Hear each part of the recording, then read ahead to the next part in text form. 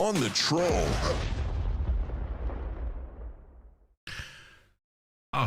Thatha lento ayinabungozi. Kuyaphileka thatha lento siyaphila nje buka. We greet you today. We are going to talk about a topic that might be sensitive, some of the topics that are sensitive to some of you.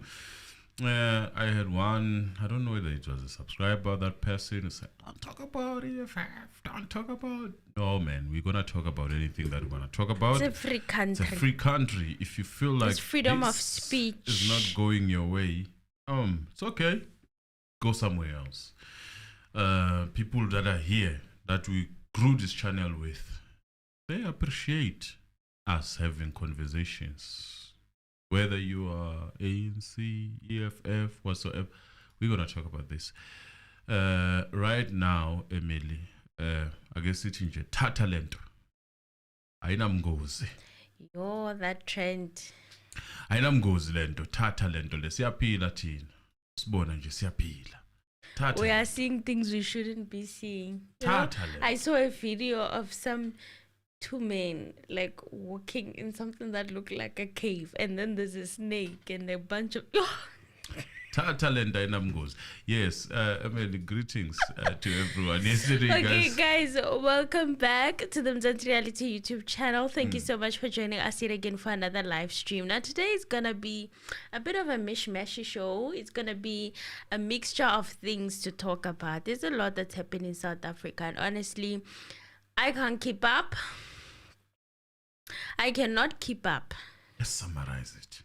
But I'm gonna talk, or me and Mr. Anonymous are gonna talk about Anele Mdoda getting dragged on Twitter today. She just decided to provoke MK. We'll find out about it later on.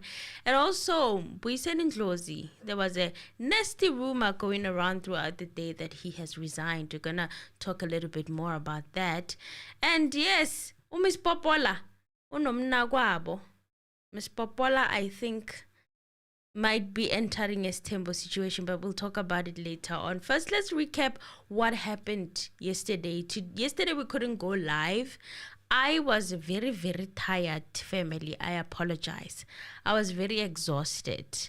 I went straight to bed yesterday. I needed to reboot to recharge. I was also tired. I needed to reboot, I needed to recharge. And now I'm back like I never left. So let's go through what happened yesterday in court.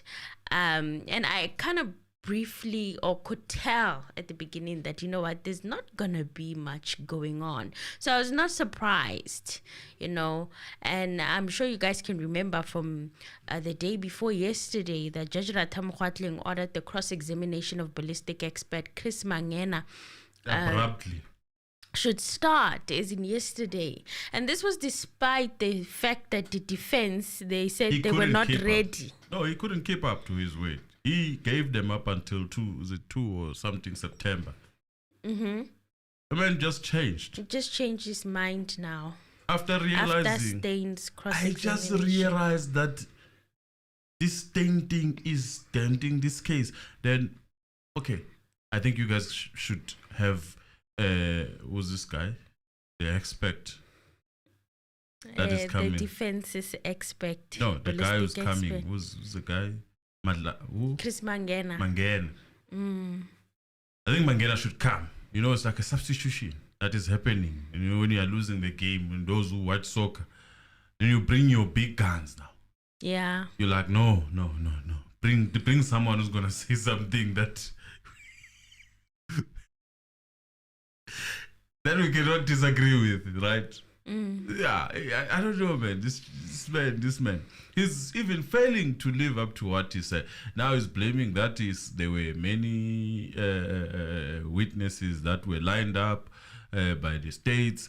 Obviously, we knew long time ago. It doesn't take an old man to actually understand that Baloyi was not being genuine about 100 and something. It was just, in my opinion. Maybe he was. Let's give him the benefit. No, I don't think he was. Maybe he was, and then he had a quick change of mind. No, I don't think he was. I really do not think. I really do not think he was.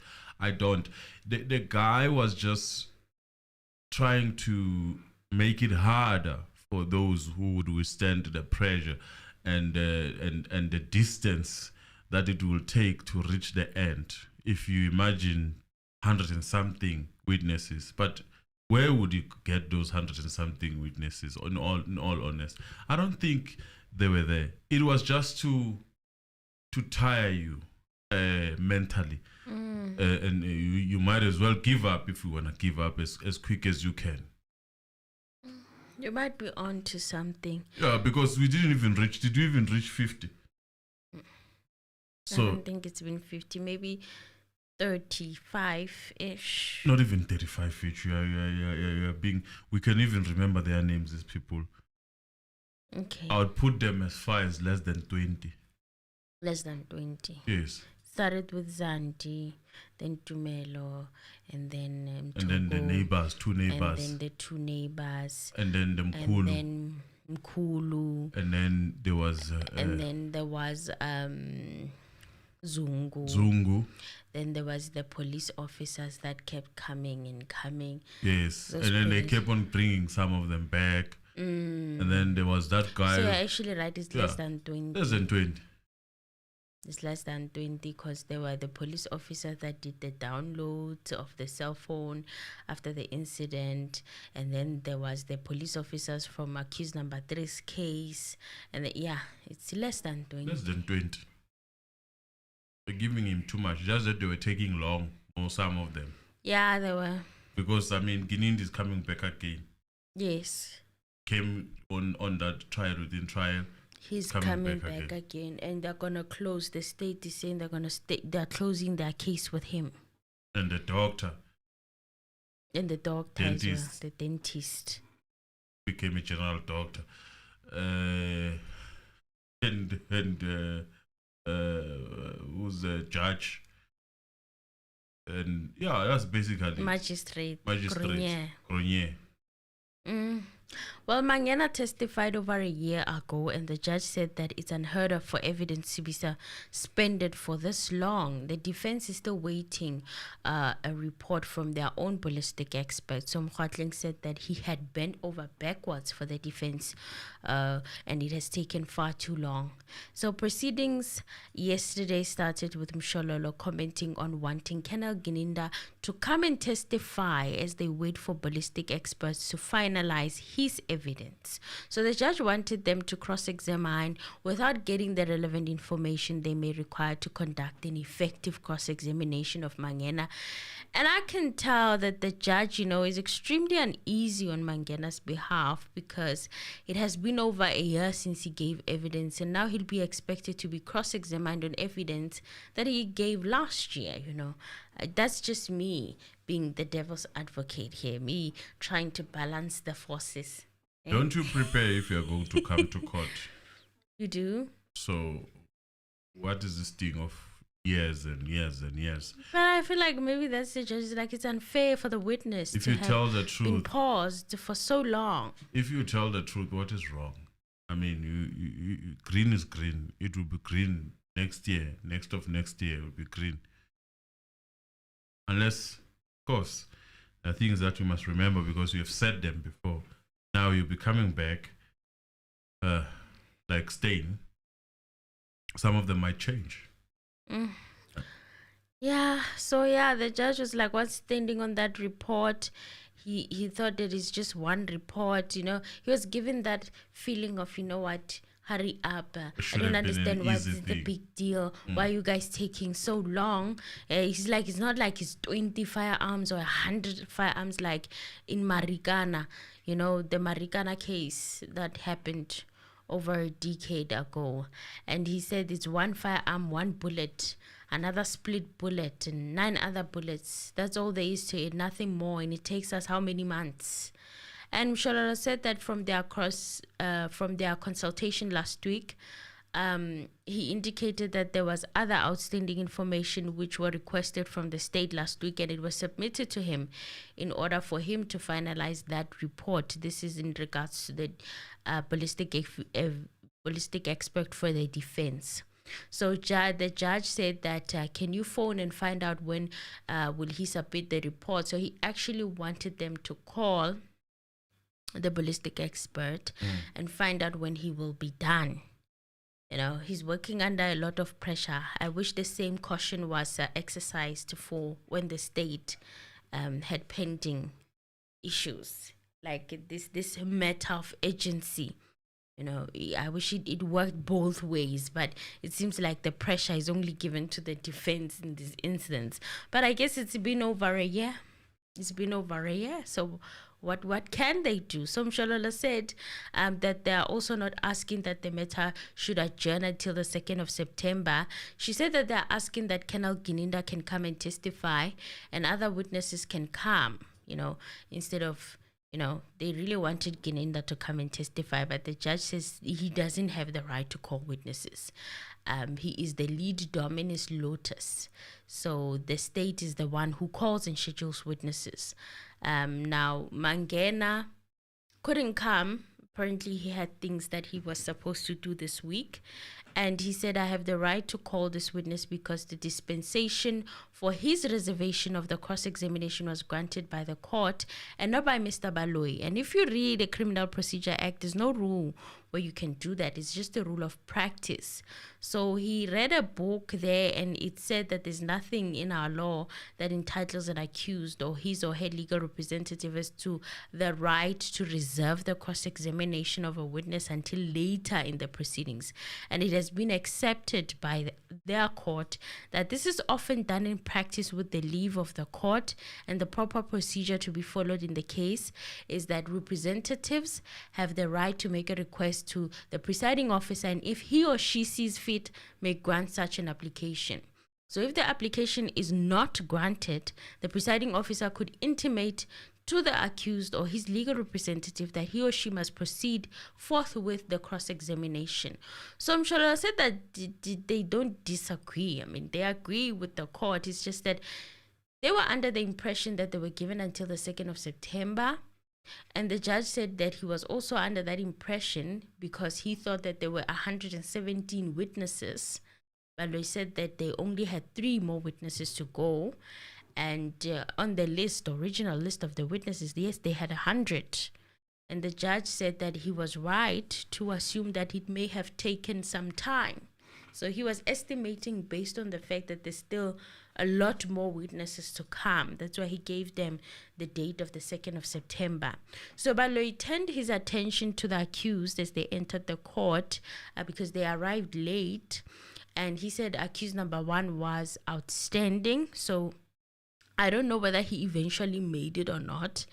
I didn't see. So Baloyi said that regarding the suggestion of the defense to lead Brigadier Gininda now, it will come down to the same thing. He said that they will be busy with Brigadier Gininda for the next 3 weeks. And after his evidence, they need to adjourn for them to prepare for the cross-examination of the witness. I have to be honest, I'm not ready for Brigadier Gininda subsequent to the effect of that. I remember it being so difficult for me to follow his evidence. I'm not even anticipating him at this point because I'm just thinking of how difficult it is to analyze him. No, it's not difficult. For me, it is. No, it's for not me, difficult. it's hard. It's not difficult. The guy just diverts. He diverts a lot. It's a merry-go-round listening to him. So the reason why they don't want to call him is because a lot of things have happened that weakens this case. And now when he comes, they will have a filthy day with him. So if Ngomezulu is anticipating it, so if this happens, that this ballistic expert comes, and seemingly, because it seems as if it's not bad at all having this second ballistic for the defense. It seems as if he's willing to do his job properly.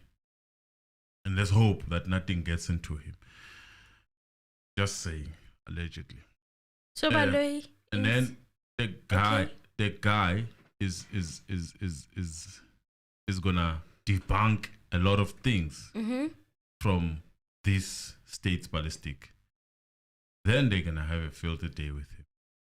You think? Yeah. Because they would know that there is basically nothing that is going to stand in their way. Because right now, to the effect. we just have this ballistic that Balo is relying on to such an extent that is afraid, in my opinion, to bring Ginindi because it's an embarrassment. Ginindi standing there having to answer, for example, for evidence of stain, for example. Because stain, some of it pushed it to Ginindi. So Ginindi is going to have to debunk maybe stain at some point, or even debunk Pinky. So there is a lot of things that are happening. So the person that is coming in to diffuse the situation, to even sort of make people lose some certain memory about what we have just witnessed now, and then comes Ginindi. So that's what I'm seeing. To level the playground. Yeah. It's not the genius anyway. I've said that. A person is not genius. I know many people are saying, hey, it's the English. His English is like that of Advocate Baloyi.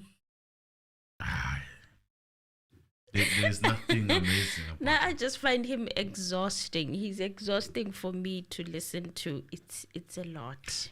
Look, now, and when he's estimating 3 weeks. They are well trained for him. This trial within the trial helped them. They are well trained for him. Are you going to force him to answer the questions that they are putting on him? Or if he doesn't want to answer them, he must say, I cannot answer. As you have seen, that now that part is growing. That if you don't want to answer, say you don't want to answer. And that doesn't look good in a court. So, do you think the judge will be doing what he does? The judge will be the judge. We have since established that there is no way this judge is going to change what he's doing. The judge will be the judge. The judge might be assisting, as one might think. Do expect that. But at least what the defense have learned from then until now, is that they can now ignore the judge. They can ignore the disturbances that comes with the judge seeking clarity, inverted commas. They now can focus on the witness. Okay. So there's not going to be that confusion. If you can withstand Baloyi's objections, because they're going to increase when it comes to Guinea, they're going to increase. So you just have to do what they have been doing lately. They've been handling this situation very well. Okay, so the judge asked why they can't get in touch with the defense's ballistic expert and asked when earliest can he finalize the report. And he asked for Baloyi to consult with Colonel Gininda. Maybe he might know. And Baloyi said that Colonel Mangena was also in the dark about how long that ballistic expert for the defense might take. So after that adjournment, Advocate Nisi for accused number 3 told the court that they would be consulting with their ballistic expert on Friday. And the judge asked why not today, tomorrow, the next day. And Nisi said that they needed a full day with him. Okay. The judge insisted that Nisi take accountability for the report since it's his client. What he can remember is that his client, accused number 3, was the one where they insisted that they communicate with legal aid or something like that. And he was saying that he was under the impression that Advocate Nisi is the one leading this whole thing. Well, Nisi said, no, that's not the case. And their client was found in possession, but the charges are for all the accused. Possession is also for accused number 1, 2, up until 5. The state charged them all together in the indictment for similar offenses. So the defense also confirmed that they will be ready for cross-examination of Chris Mangena on Monday. Baloyi also confirmed that Mangena will be ready on Monday.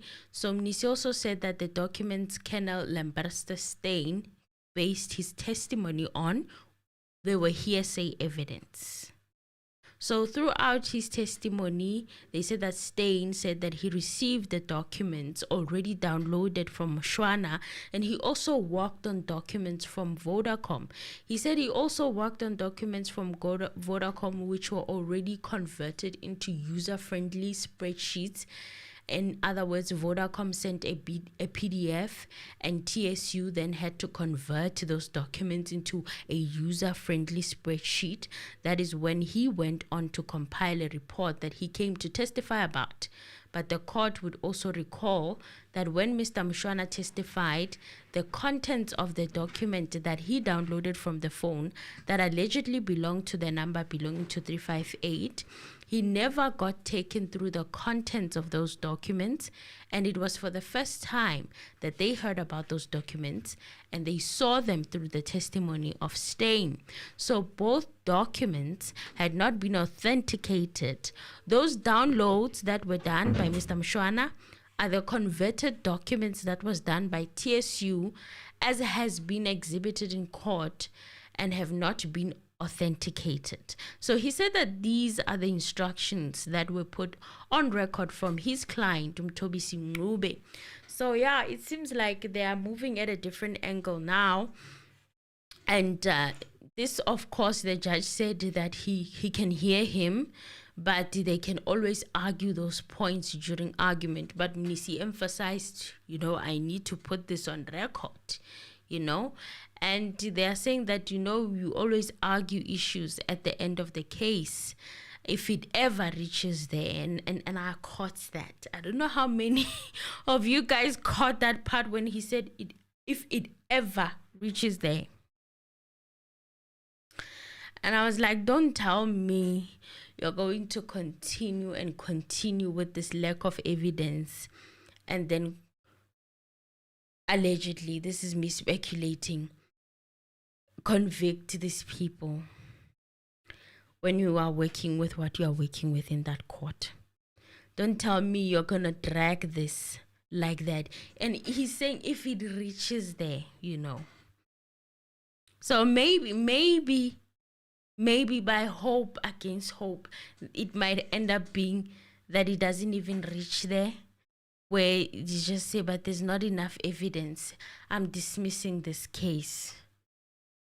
Hoping against hope. But with the Rata, you never know. He's very much unpredictable when it comes to whether he will be able to dismiss this case or drag it all the way to the end,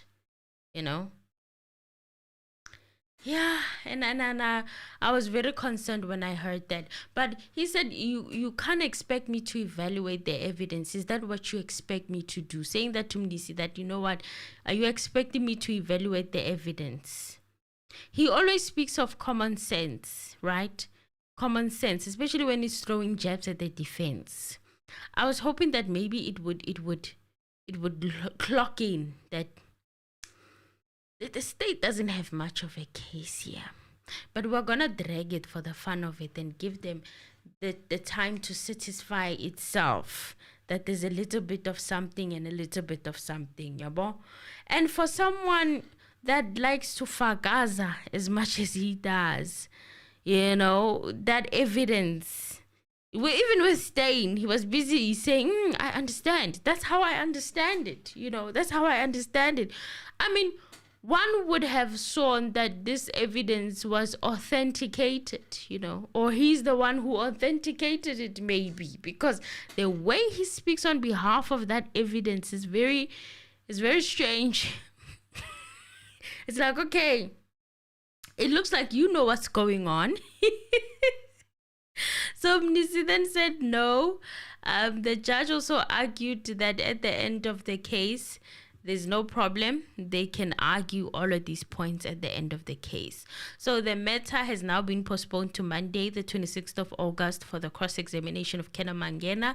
And court did adjourn. It was quite a brief appearance. They were very short, very lovely. So we'll see on Monday what happens with the cross-examination of Mangena. So now we are moving on to the stories, and hopefully we'll be able to cover what happens throughout the week so that we don't get bored and we take our mind off of the Senzo Meyiwa trial a bit, okay? So today, something that I caught on social media that was very interesting is Anele Mdoda, who is a radio DJ hosting a breakfast show at 947. She decided to wake up this morning and drag MK for no reason. Specifically drag former President Zuma. Yes.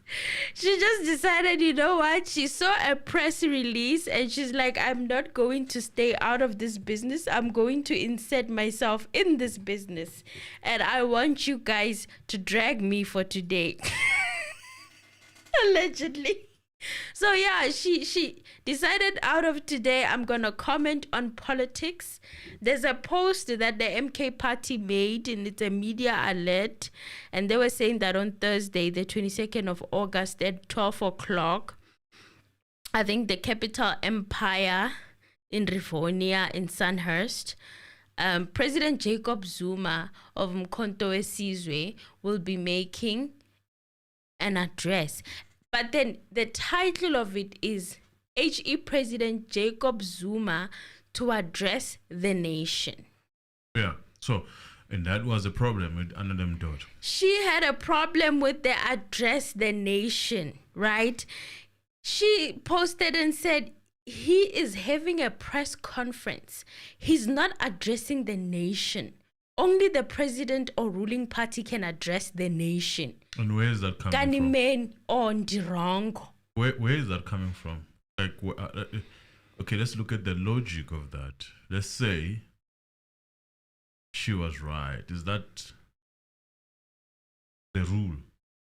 Is that written down that to address the nation you must be a president?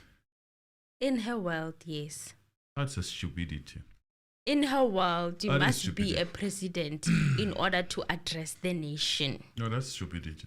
Mm-hmm. You must be a president, not a former president, not a member of the public, not the president of a political party. You know what worries me is that she speaks on some radios. This person. No, she speaks Monday to Friday on 947. So what is he feeding people? Public broadcaster. What is he feeding? Because he's addressing the nation also through that radio. If she's thinking like this, what about the people that listen to her Monday to Friday? Well, I'm one of those people. Unfortunately. So what do you listen to? Well, I listened to it briefly. What do you gain from that? I gain nothing. It's just in the morning. It helps me get into a routine of starting my day.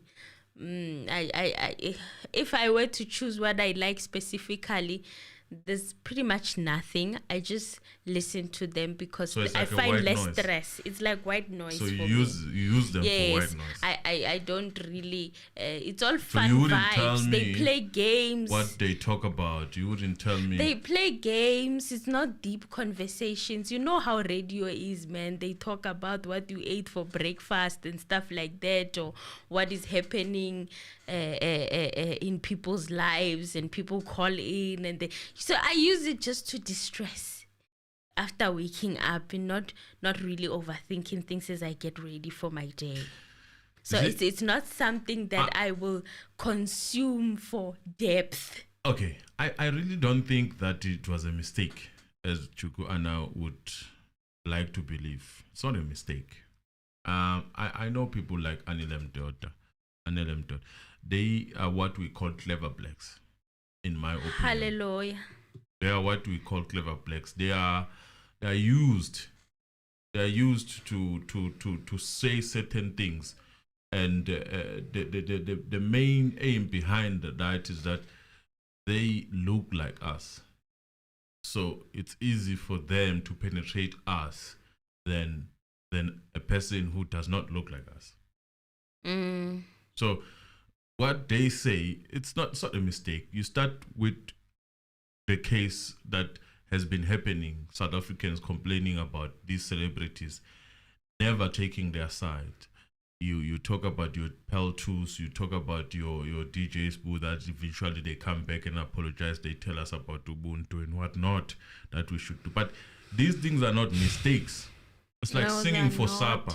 They are singing for supper. They are not. They And are very much once they are among intentional. certain people, they see themselves as those people, and they feel entitled to say such things. They come natural, and that's my word. They come natural. These things. You typing. This is not like talking. You know, you're talking. It's a blooper, and then you're like, okay, it was a mistake. You know, I didn't think properly. But you are typing. You're fixing the spelling and everything. You're putting a comma. You write that thing and you put it there. It sits there. You read it again. She just decided to insert herself. She's got tendencies. She's really that kind of. She's got tendencies. There's this movement of anti-Zuma. And she is on those radios. Yes. You know, that's what I'm saying. People of she's no color. Yes, she's singing for her supper. And apparently she gets paid a lot of money. Yeah, she's singing for her supper. You cannot say anything else other than what you say. You cannot have a sober-minded radio presenter, more so, and it is worrying, more so when you go to the site of Abantu Besmam. Hooray, la uthola khona bo JJ. There's only one JJ Taban. Now he had to go through a lot before he was able to speak properly about things that are concerning to him. Well, it's not just about Besmam, even me. I can think of a couple of them. Hence I'm When saying, they say things, I feel like I'm being gaslit. okay, yes, you are right. You are right. There are I many agree of with them. you. But you can point a lot of them who are reporting, who are trying to be balanced. You can point a quite few of men who are trying to be balanced, quite few. And then, ladies, point me one radio presenter that can speak her mind. It used to be Sakina, but she's on Who's TV Sakina? now. Sakina from the SABC. She used to do cover politics on Metro FM. I used to enjoy her show while she was still on Metro. I don't know if she's still there now, but Sakina I've heard the was name. really good. Good in presenting it, or good because the opinion She was balanced? objective. Let me tell you about Sakina was objective. From what I remember, I never felt like she's taking a side. I always felt like she's on the fence, in my opinion. That was my experience of her when she covered politics. I've never known about her. Yeah, I used to listen to her many years ago I've over the never known radio about her. when I was still a student. I've never known about her. And that's why I'm saying I've But never heard. even on SABC now, the journalists, the interviews, when she's conducting interviews, you can tell that she digs. I mean, she's really balanced in her journalism, in my opinion. That's my opinion. When you say she digs, I mean, she comes overly prepared okay. when she's interviewing a person. She wants to know all angles. I mean, I remember a recent one that I really enjoyed was about that Tagazo deal. Yeah. She was really good. She managed to reveal a lot of information that I didn't think she would have been able to get out of that What guy. about Tusum Tau? Who's Tusum Tau? Chugana saying my favorite is Tusum Tau. Oh, Tusum Tau is from Lesedi FM, right? Yes, it's from Lesedi FM. Does he cover politics? That Tusum Tau talks and preaches. And Oh yeah. So we're talking about someone who understands the politics but he's of good. South He's a radio legend. He's good Yeah. at what he does. But the main aim is to talk about things that are affecting South Africans. Right now, there are people, Faith Mangope, I hear a lot of people are praising her, but I haven't listened to her show. So I don't know what's happening there. But Faith Mangope is getting a lot of praise from people. And at the time of Chidima, she was the only one on mainstream who was on the side of South Africans. Oh, that lady. I saw. Yes. That's when I saw her. Faith Mangope. No, that lady. I've never listened to her. That was the first time I actually heard about her. So I saw her. Hey. she was the one who was like, no, She no, was no. honest there. I wonder. She put an Wait honest a minute. opinion. Yeah. So they're back on. It's just that they are not You know maybe why? having the You know fame why? of Abu Anele. You know why? You can have all the fame that you can have. The power in these mainstream media is to have your opinion. That's the power. You can earn as much as you can, because money is there, is not a problem for them. They will give you money to say whatever garbage that you need to say. But the power of being able to say what is right and wrong without having problems, without getting sick after you've said that, without having to disappear and speculations after you said that. Look at, honestly speaking, we can literally say there's one person who can rant and say what he wants, and then after that, obviously, there's a bit of layback. JJ Taban. Okay, JJ plays by his own rules. Yes. I think if I were to be a journalist in mainstream, I'd want to have the level of freedom only he's got. person to bash GNU. The only person. Who else? And everyone else Who is else? like, this is going to be such a good, interesting move for the country. And all of us were not feeling like that. All of us were like, what the heck is going on? We didn't vote for this. And they keep on saying people wanted this, people wanted this. No! The same journalists are saying that. The same journalists that you say, yeah, you're a journalist, they are saying that. We don't want that. No, that's not what we voted for. We didn't vote for that. No, we didn't. We wanted We definitely didn't one vote for that. black majority party. Okay. So, what is currently happening now? That's not what most people voted for. And they keep feeding it to us. They keep, no, this is what And then the people have spoken. And then the Zil people comes have and voted say, for. this is not GNU. GNU. This is coalition. Ironic how President Jacob Zuma, former head President Jacob Zuma, said it in his press conference with Mndoda. But no one believed him. And no one wanted to even write about it. No. There was no media coverage when No. he said that. In fact, he even launched and said, we're taking this matter to court for the SABC to stop reporting that this thing is a GNU. And they're still it's reporting not. like that, you know. And then it was all mom. I was waiting to see articles, headlines, something. It was like that press conference didn't even happen.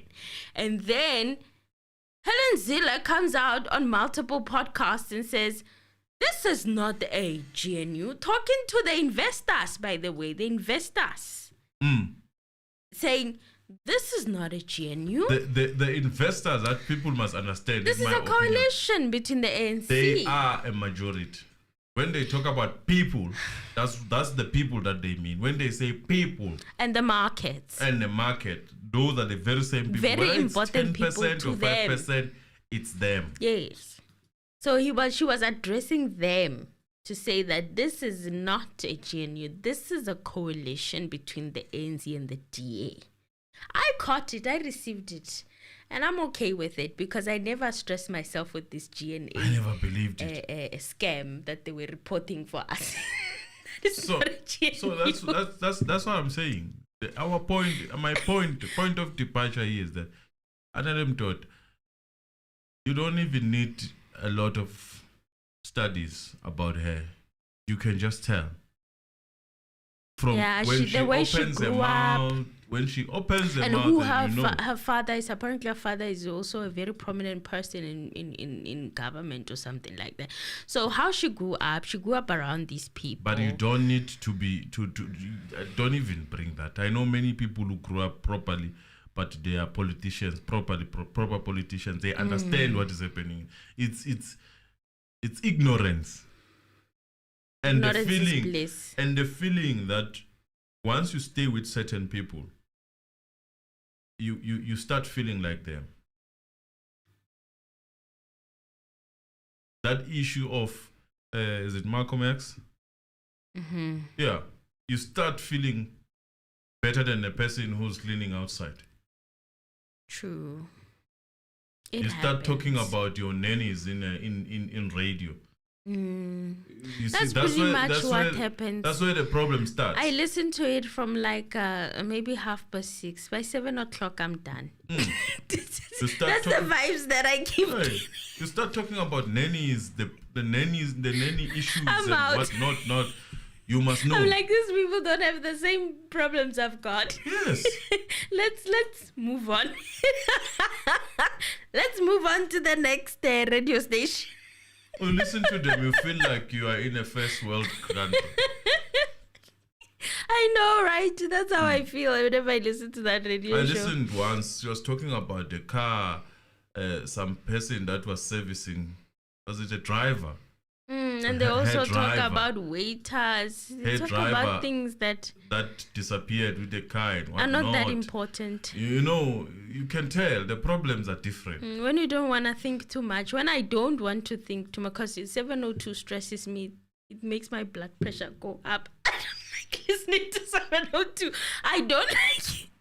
You hear people that call it. Right? It's fine. So yeah, but then people also reminded her that John Steenhuisen also did the similar thing last DA year. does it all the time. All the time when they want to address the nation, that's what they say. They are addressing the nation when they make a press conference. And how come she's not said anything? She's never going to say it. When John Steenhuisen, there's even a poster. DA leader addresses the nation on 2024 election outcome. That's addresses the nation. The problem starts if she says it. But she didn't say anything. She'll never say it. But now when MK party wants to sneeze, you want to say something. Who sent you? That is the question. And funny enough, you might find that she was never sent.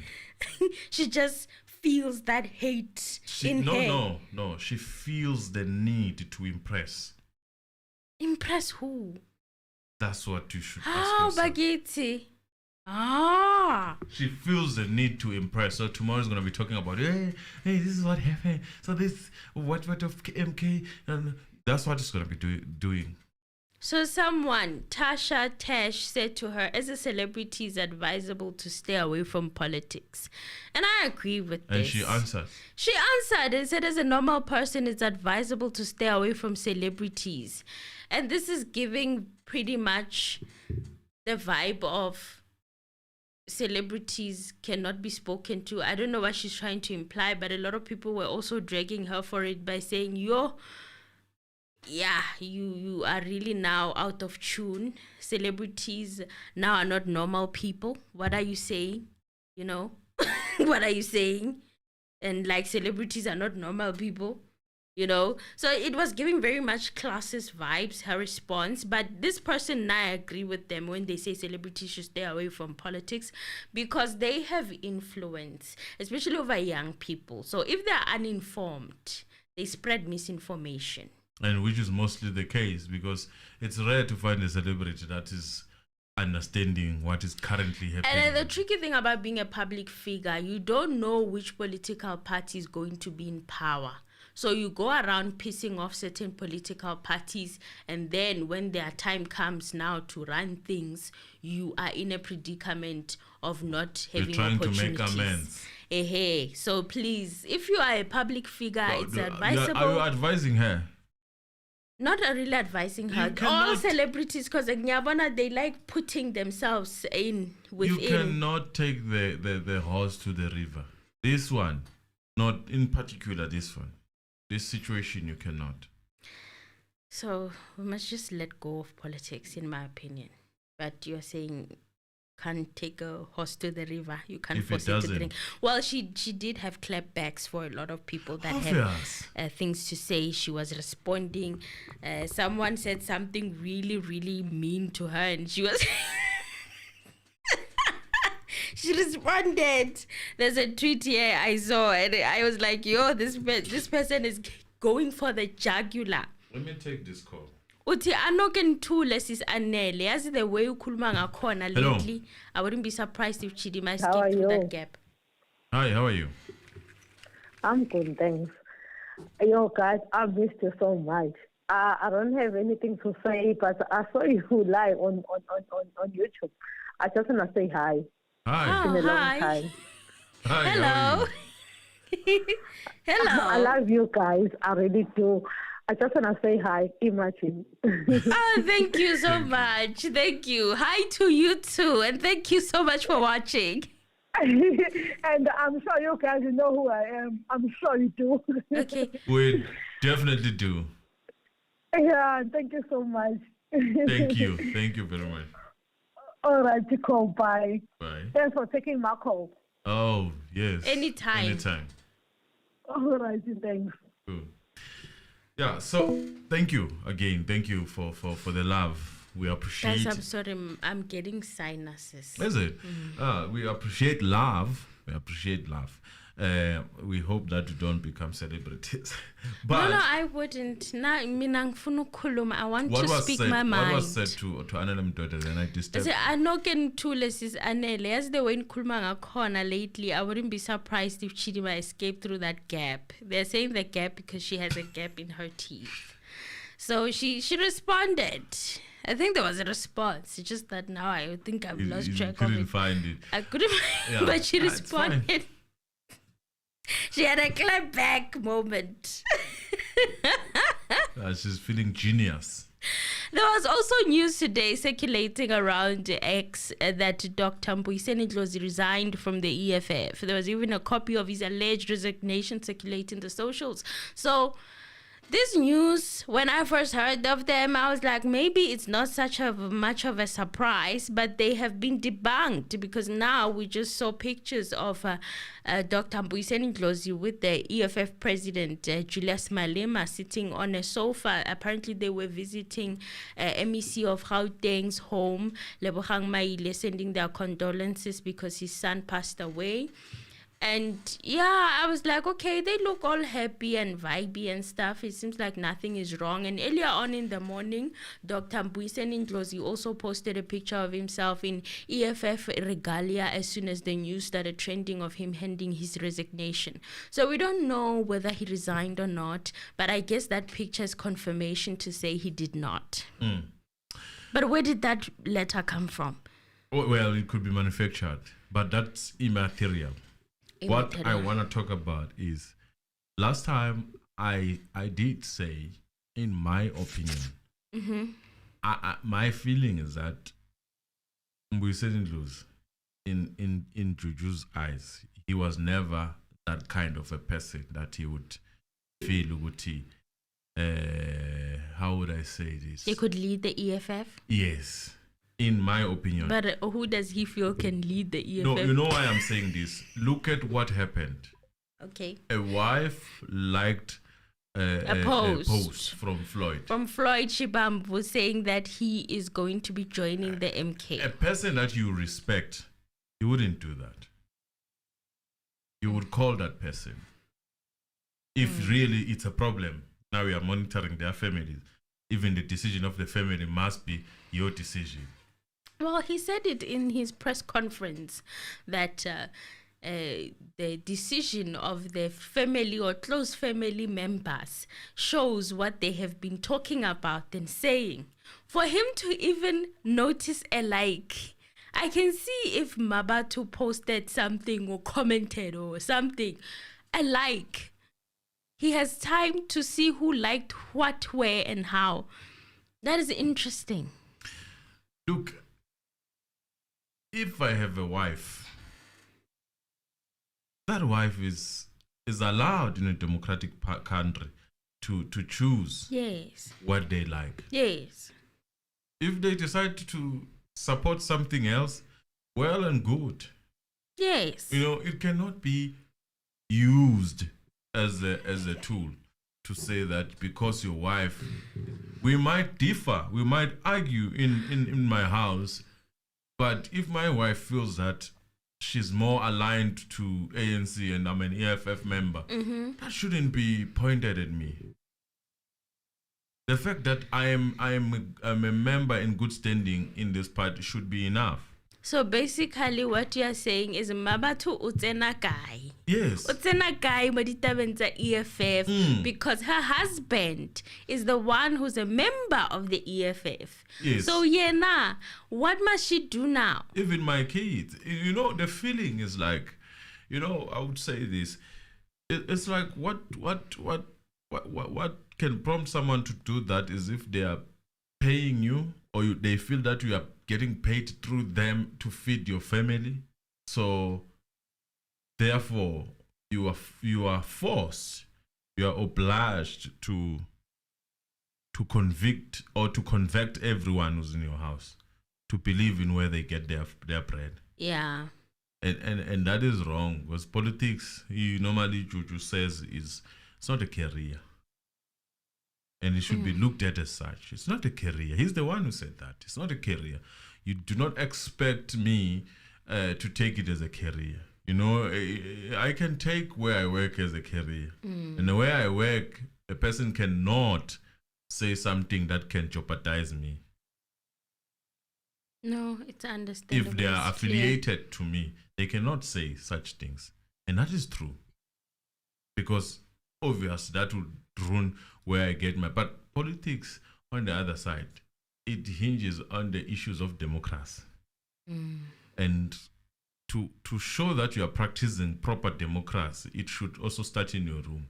If there's diversity in your room, you should allow that. You should allow that to say, okay, you can choose your party, because this is not a religion. This is not a cult, right? It's not a religion where, look, normally we would say, you marry me, you should change to my church. Normally, that's what people say. But that's a religion. You know? You know, when you say cult, EFF members don't like hearing that word. No, I'm not saying EFF is a cult, but I'm just saying, to show that this is not a cult, allow other people to express themselves. You know, allow it's them. very important to know where you stand with people that are in your camp. You need to exercise that freedom so that you know for sure that people are not just sucking up to you because of what you do for them. And they are able to be free. Because when they are free, you know now what preparations you have to make. So Julius has had 10 years, okay? And he's kept his circle very tight with Abu Floyd and Mbuiseni and everyone else, and not really letting others in my opinion. Now it just hit him like a ton of bricks, where he's realizing these people were never going to stay forever. Now I'm in a predicament of having to find new people, and I'm under pressure. You know what I'm saying? Yeah. The EFF needs to grow, but because he was with this close-knit circle for such a long time, and he trusted them and believed in them and believed that they were going to, you know, take it to the end together, and the circle was never going to break, he forgot to do something very important. That is to bring in the young ones. Oh, but he did. Not into parliament or anything, but into the circle. Now, that's where you are confusing of the things. Central nervous system of the EFF. The mistake that you can ever make in politics is to create friends. The word comrade doesn't mean we are friends. It means that we think we believe in something. In the same thing.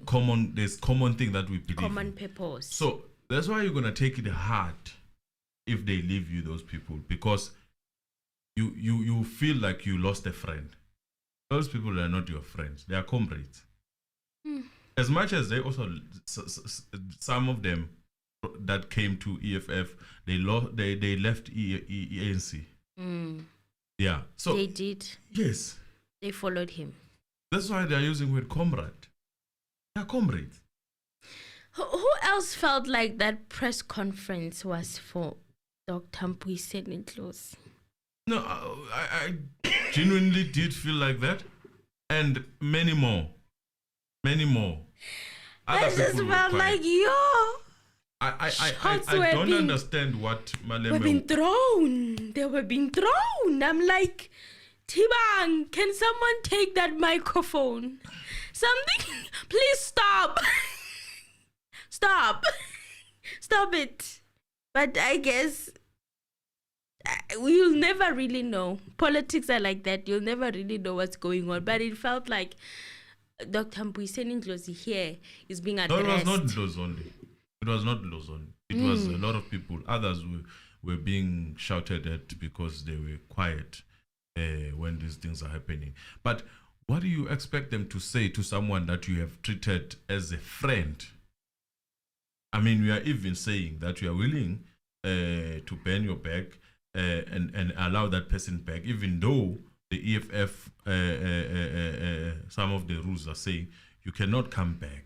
You cannot come back and be. Yes. Once you've joined another political party. Yes, but you are willing to let. That shows that that was more like a friend. So what do you want them to say? Do you want Mndoda V Mk to go on social media and bash Floyd all of a sudden? He doesn't need to do that.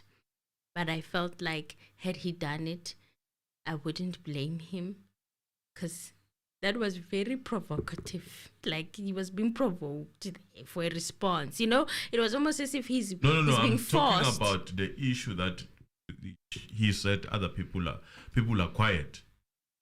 It included Ndlozi. He's quiet. He was quiet. He hasn't said anything about Floyd leaving. But it's everyone. It's everyone that was no, quiet. But people were making videos. Carl Nihanias made a video to say, I'm staying. Forget about Carl Nihanias because of the media. That those two, because they are affiliated to Zuma. So the media was already preempting what their move, their next move. They were also preempting for Ndlozi as well. And he was No, silent. but Ndlozi, where would Ndlozi go? That's where Mkhwebane, they have been associating Mkhwebane to Zuma. In fact, most of problems can be attributed to such that there was a bit of affiliation to Zuma. Therefore, they can't for her. That, don't quote me on that. Allegedly. So even Carl Nianas, even Carl is the same thing. He's been supporting Zuma with everything. And then you have the situation of who's Mzwandile, mine, who moved and also was very affiliated with Zuma. You know, so when Floyd moved, he moved also. So those are the things that you need to look at. So they were those ones. They needed to assure Malem that they are not moving. But Mbouseni is a child of EFF. But you could tell from the conference that Julius needed the assurance from Ndlozi. What assurance? But he wanted it. Does it change the fact that Julius wanted it? I don't get how he wanted it. He wanted it because of the liking of that video. I think that's where the problem was. It has nothing to do with, hey, you need to assure me that because Floyd is moving, you need to assure me that you are not moving. He just wanted it because of that video, of that liking. Hey, Chief, are you still on my circle? Now, Kupela, your wife is liking things that are happening in MK. You know. And he also spoke about how he doesn't need people who are going to sacrifice loyalty for blue lights. You still think that was not a jab to Ndlozi? What did he say? We don't need people who are going to sacrifice loyalty for blue lights. That's the thing. That's the thing. You see, the issue of loyalty, I don't understand it. I can never understand it in this politics. In politics. It doesn't exist. Likota was crying about the president. Yes. That he sold them. Yes. He wrote a letter to say he was putting communist ideas. Yes. That's what politics is all about. It's like swimming with snakes. Anytime they can bite you. Anytime. You know, we might be comrades, but I have a different version of why there's no I am loyalty here. in politics. We might all want a blue car, but I have someone wants to take it to Uber. Someone else is looking at it as a beautiful car. I want to keep it for private car. That's a problem with politics. So if you're going to take it too hard, you're going to faint. You're going to faint. Not in their wildest dreams did ANC think that former President Zuma can form a part against them. Yes. I'm talking about someone who fought. Said that who fought. He will never leave the ANC. This is someone who fought under that part. Now, what about the party that was formed under democracy?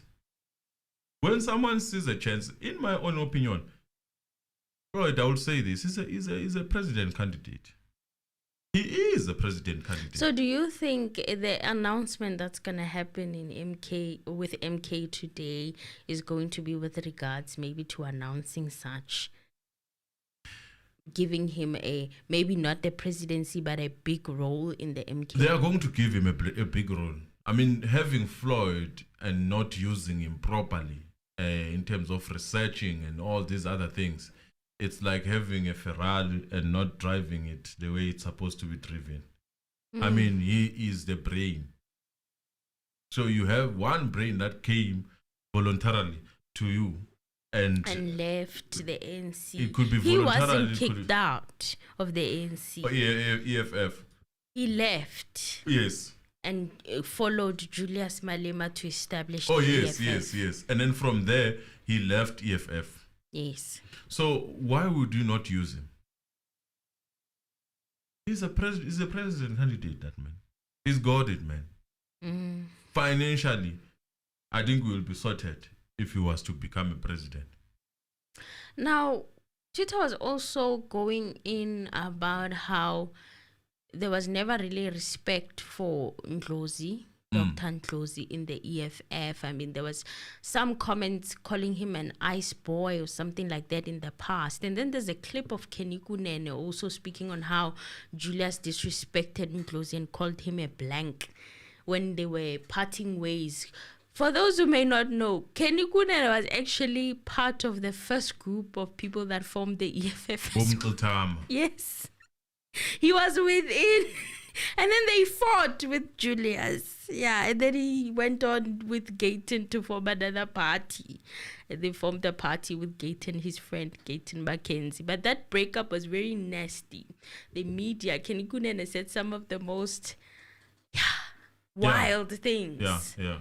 So and then people were like, But then we'll wait and see. Now I don't like concluding anything when it comes to politics because I know tomorrow we may wake up and it's a different story. But in all honesty, from now on, I know, in my opinion, I'm not saying EFF is never going to be in charge of this country. They can.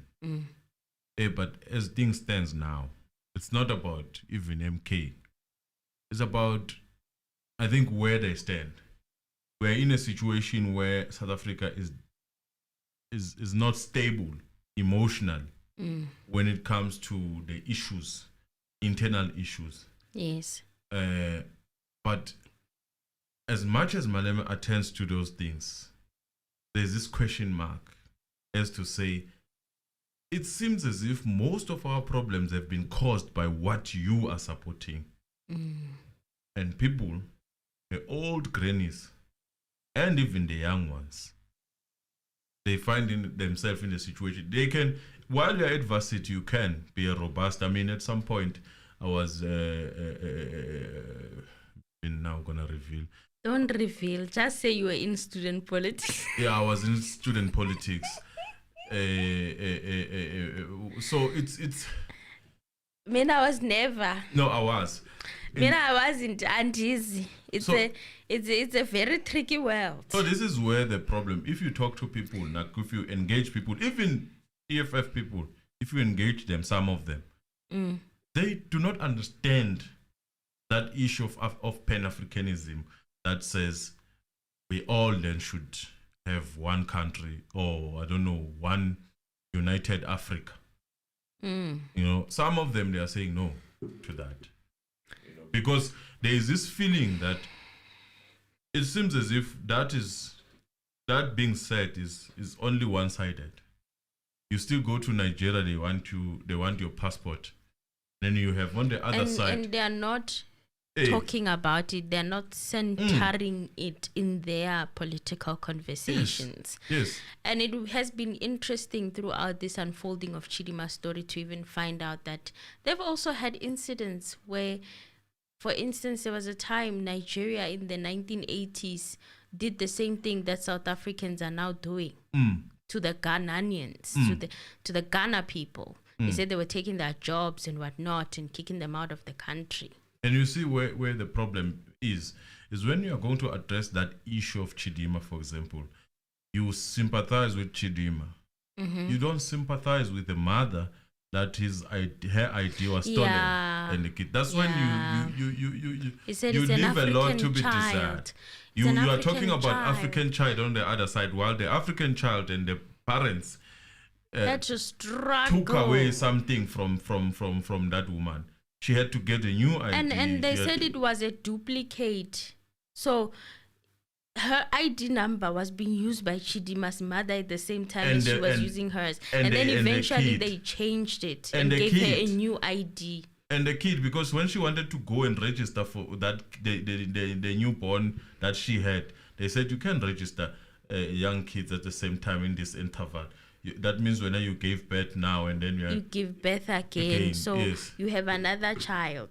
So you find yourself in a situation where you're not addressing that. You are only addressing the Africanism on Africa. But the problem is that at home, someone suffered.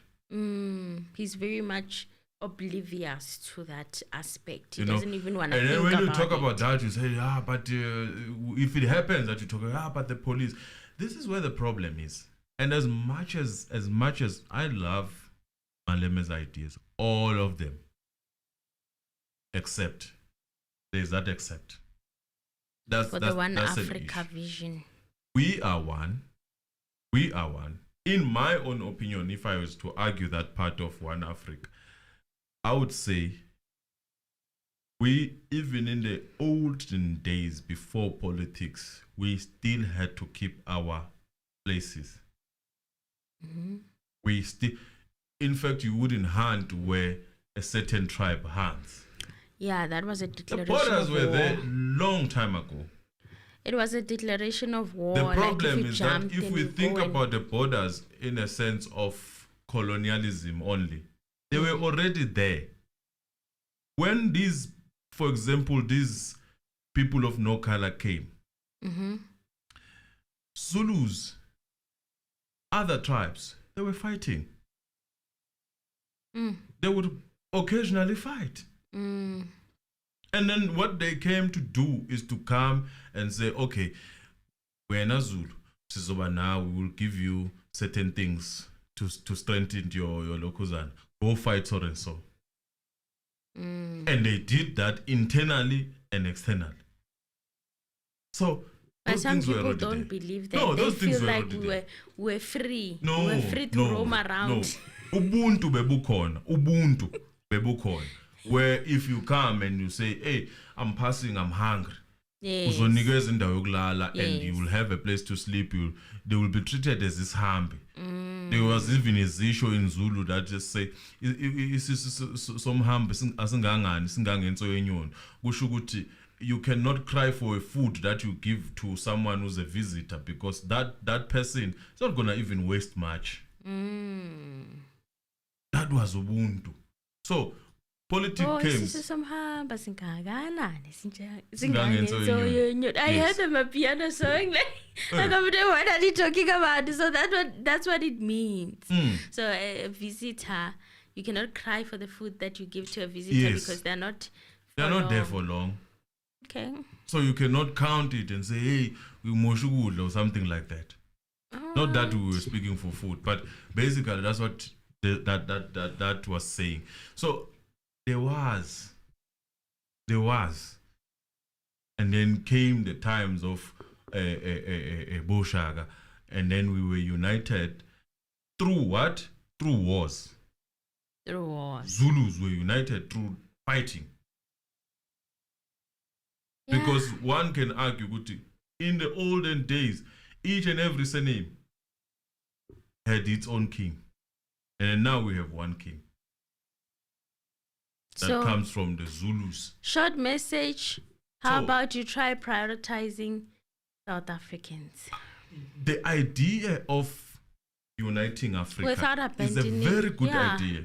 But it's long term. Let us take it from example from Gaddafi. It's not a 5-year plan. Let us take it from Gaddafi. Gaddafi did not say, I'm opening my country. But he had that dream. to say, I want to unite South Africa. He went as a president and not to unite Africa. engage other presidents. Because even that uniting of Africa, you must still consider that there are other presidents that you need to engage with. So the idea that you are going to start here and then we make you a president and then from there you move, crawl first. Engage these people. I mean, there are countries that have military bases of other countries. Yes. That we don't even want to associate with. How are you going to deal with that? How are you going to deal with that? Yeah, and then there's also an issue of Ibrahim. Is it Ibrahim Traore? The one who's in Burkina Faso and Mali. The revolution taking over there. There's quite a lot of things that we're hearing from that side, but I haven't seen Julius kind of supporting that part, yes. In that department. In fact, engaging. I'm wondering with this One Africa thing, because I was expecting him to run over there. Exactly, and say, Chief, keep it like that. Chill like that. Let us understand how you actually reach where you reached.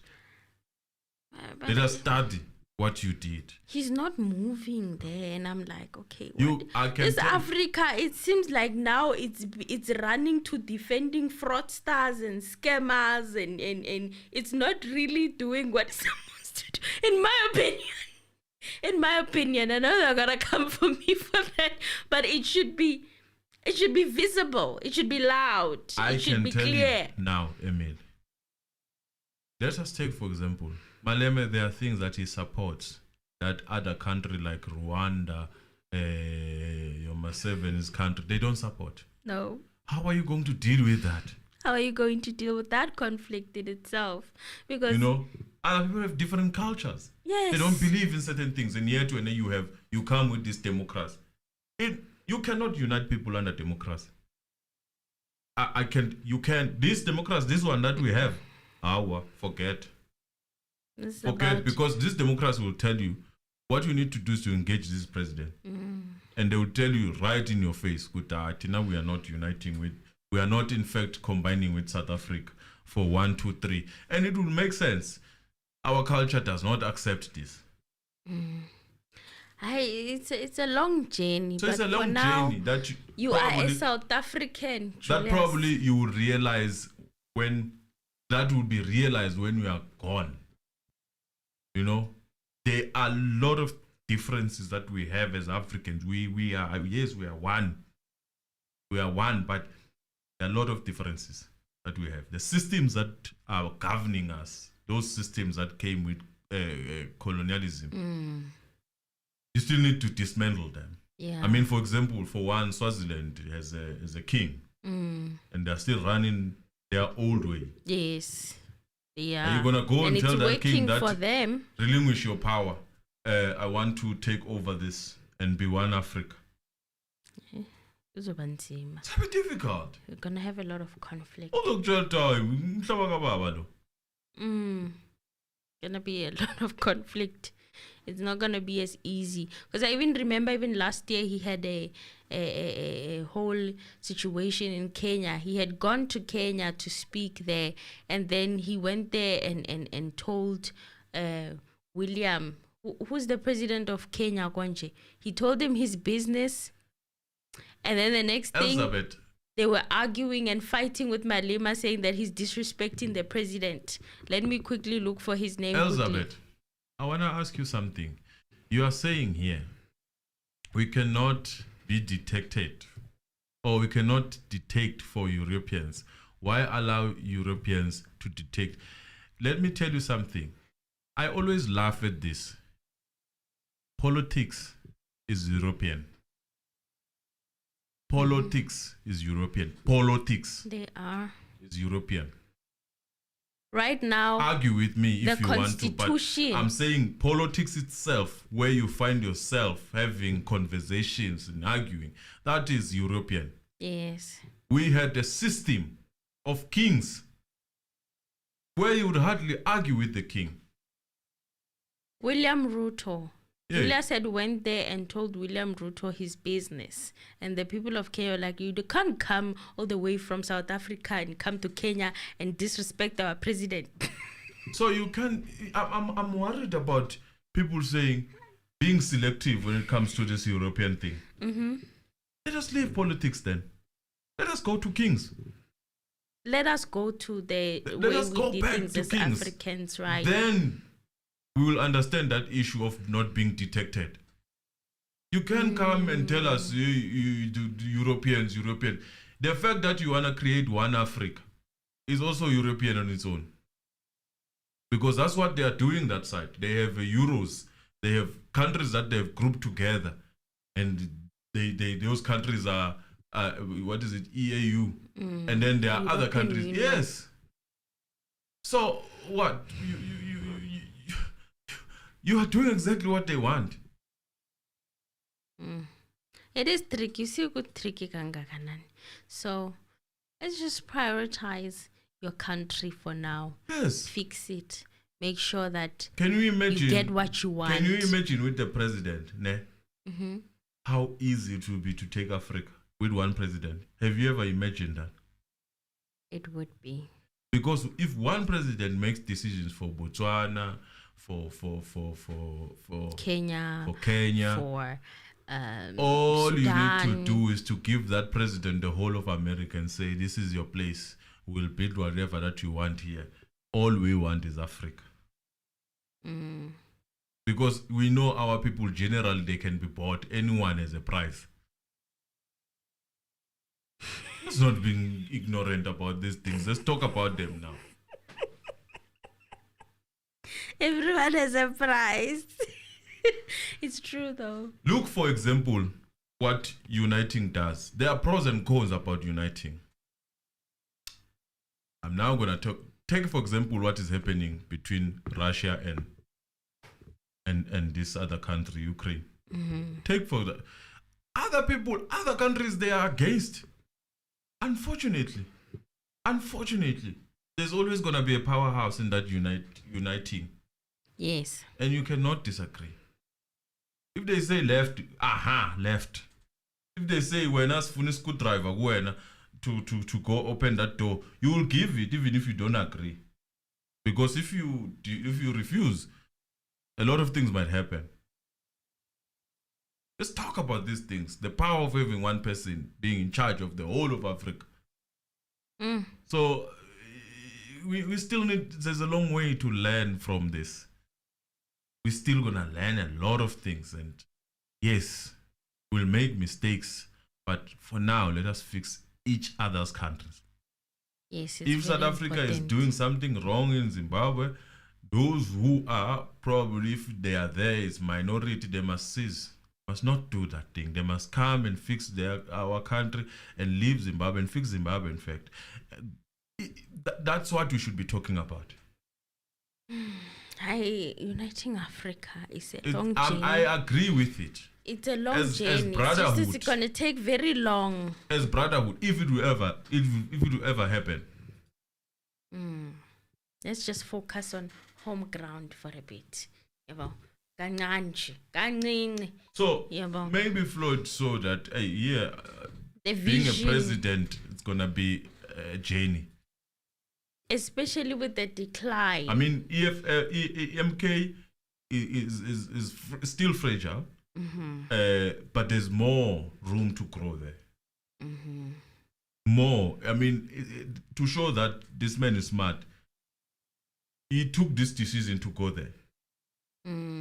And he might claim that he doesn't want any position, but he knows that automatically, because of his brain. Yes, he's going to get it. He's going to get it. There's no way he can just sit because this is a win-win situation.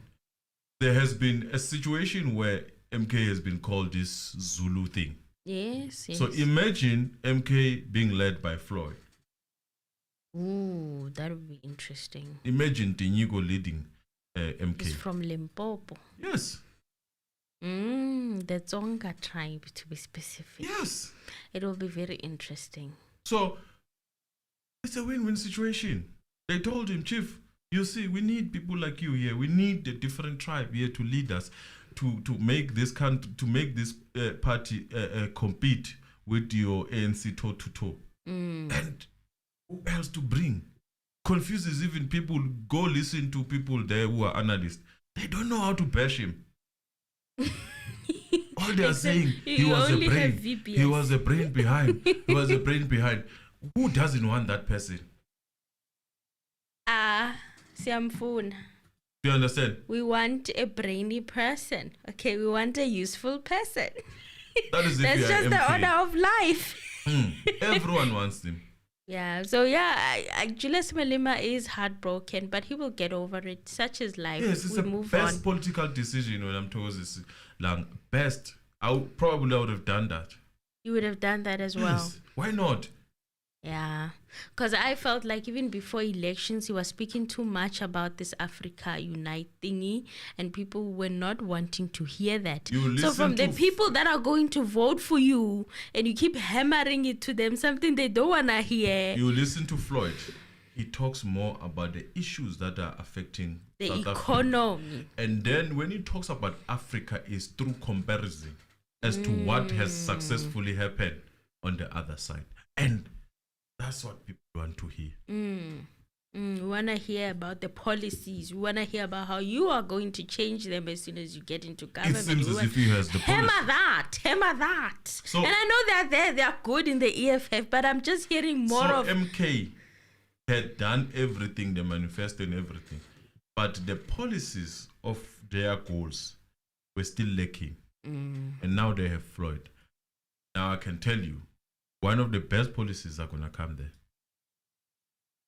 That's why people are shaking. So yeah, I don't even know if we should wrap it up now. We'll wrap it up, but you can call if you want to call. Guys, you can call. We'll talk about Miss Popola next time. Right now, this was just too much for me to consume, and I don't want the video to be too long. It's like the video. Those who are happy about it, I know there are others who are... like Elizabeth, he's not Floyd is not strong enough. I don't blame him. I don't blame him. He's not strong enough. How? No, it's okay. It's okay. Thank you, Laura. We see you there on these comments, and Elizabeth, we see you. It's nice to argue sometimes when Elizabeth. It's not a problem arguing. We must argue, and then later we laugh about it. I'm still saying, if you've never been to other African countries, Zimbabwe, Nigeria, to name just few, you will never understand some of us are against, you'll never understand why some of us are against borders. This is Laura saying that we I hear the borders argument. I remember watching a clip a couple of months back. It was this businessman, I think he's from France or something like that, but he's also, no, he's actually an African. He's from, I can't remember the specific country that he's from. I think it's, I can't quite remember, but he was with a France businessman and they were talking at some summit, right? This man who is white from France was saying he only has one visa to travel everywhere he wants to travel to in Africa. And this black man was like, because I'm from an African country, I'm from here, I don't have the same privilege that he has. I have to have multiple visas literally for each and every country. So now I hear the borderless argument from that perspective. I didn't understand it before. I'll be the first one to admit that I didn't get it before. But then why are we not dealing with these men of no color who have this one visa and making it the way we have it? Why? Zanzi, hello. Zanzi, hello. Hello. Hi. Wow, Mzansi. Hey. Siyaphila njani? Siyaphila mfethu njani? Siyaphila inkaba yenkosi today okhulumayo. Yebo mfethu. Yeah, man. This is very, very interesting. I think I'll just say one or two things. Politics is is something that we ignore, but it's controlling everything. Yes. Everything, the tissue you buy, the school you take your kids, the transport you use, how you use it, where you live, why you're working, it's all in politics, so we can't avoid it. The Senzo case is on politics because we're talking about the laws, we talk about the system that is there. But me, now I would say, Floyd is very, very intelligent. Floyd could read the future. When I made this prediction 7 years ago, people were thinking I'm hating EFF. I told people that in 2024, we will start seeing the EFF not doing well. Not because I hated it, but because we have been through this. Remember, we grew up under EPAC. And we know that under PAC, we are looking for the United States of Africa. And these ideas, they sound good and great. But when you live in Africa, if you have been into Africa, you will see and know that that is impossible. For example, in other countries, there are children, it is legal to marry a 14-year-old. In other countries, there's nothing like gender-based violence as long as you are married or you are involved with that girlfriend. You understand? In other countries, this is a reality. In other countries, women don't have the rights that you find women having in South Africa. In other countries, there are blasphemy laws. Even like Nigeria in the north, if you speak very, very bad about Allah or Muhammad, you might face it at sentence. Now, let's go back to, because I drive people to the point of EPAP. EPAP is, you remember the African Parliament. I just give them a good example that what was happening in PAP is a good example of what is happening in Africa. When you talk about democracy, we are talking about the majority rule. And ideas, it doesn't matter whether they are good or not good. They are passed because what the majority says. PAP was a good example. The group that is called the Francophone group, they came together and said, hey guys, we are a majority. So let's vote together. And the president will move from Cote d'Ivoire to what. All of us will be the president. They made that. They went into a vote, they won. Now the rest of other blocks are realizing that, hey, we are no longer going to be presidents. Now let's get rid of this democracy nonsense. Let's get rid of this democracy. Now they became having a clash. Now, let's talk about, I'm not pro, I'm not anti, I'm just a South African. In South Africa, we have gay rights. Okay. I'm not saying they are good, I'm not saying they are bad, I'm just making an example. The rest of Africa, they don't have. So now, if you are in one Africa, know that if you are gay, you are going to be illegal. How are you feeling about that? Because at the same time, the EFF supports the gay rights. And the EFF Namibia, people are not aware, the EFF Namibia pronounced that it doesn't support the gay rights. This is just a simple conflict. Once we become one country, things are not going to go the way we think. But it is also, I don't think it's something that will happen because not all the African countries have never had any president, in exception of Gaddafi SRP, calling for Africa to be united and become one country. All they are talking about is let's have a border, a trade passing well, freely. Let's have, visa-free Africa and all that. They are not talking about having one president. Because it is, hey man, do you think Mnangagwa, Tinubu, Paul Kagame will want to not be presidents? How are we going to organize political parties to become one? How is the political party of Nigeria going to be influential in South Africa? Or of South Africa being influential? It's only the EFF that has made inroads. But if you go and look at the history, if you go and look at the numbers, no country, in exception of Swaziland and Namibia, has any impact of the EFF in those countries. In Liberia, it is not even recognized as a political party. It is a non-governmental group. Sure. We understand. In my election, last time, not this one, the other one, I asked my friend, Chris, because people think I'm xenophobic, but I do have friends from all these nationalities. I asked him, hey, how is the EFF doing Ulama election? Because I wasn't seeing anything. He said, what EFF? What are you talking about? I said, no, EFF. He said, no, we don't have EFF. No, yeah, these are the elections. There's the very same election. He said, Chris, no, we don't have EFF. And then I just Googled and then I'm like, no, here it is because we're standing. I'm visiting. No, here is the EFF Zimbabwe conference. He laughed and said, I didn't even know there is an EFF. What does that mean? There's no impact. It's there, but there's no impact. There's no influence because they don't have the same problems that South Africa and Namibia are experiencing. So this is the problem. That's why I think it was very, very wise for this gentleman to think of, hey, here I want to establish a future. I want to work with the idea that is going forward. The idea that is going forward right now, I don't know in the future, is the MKP.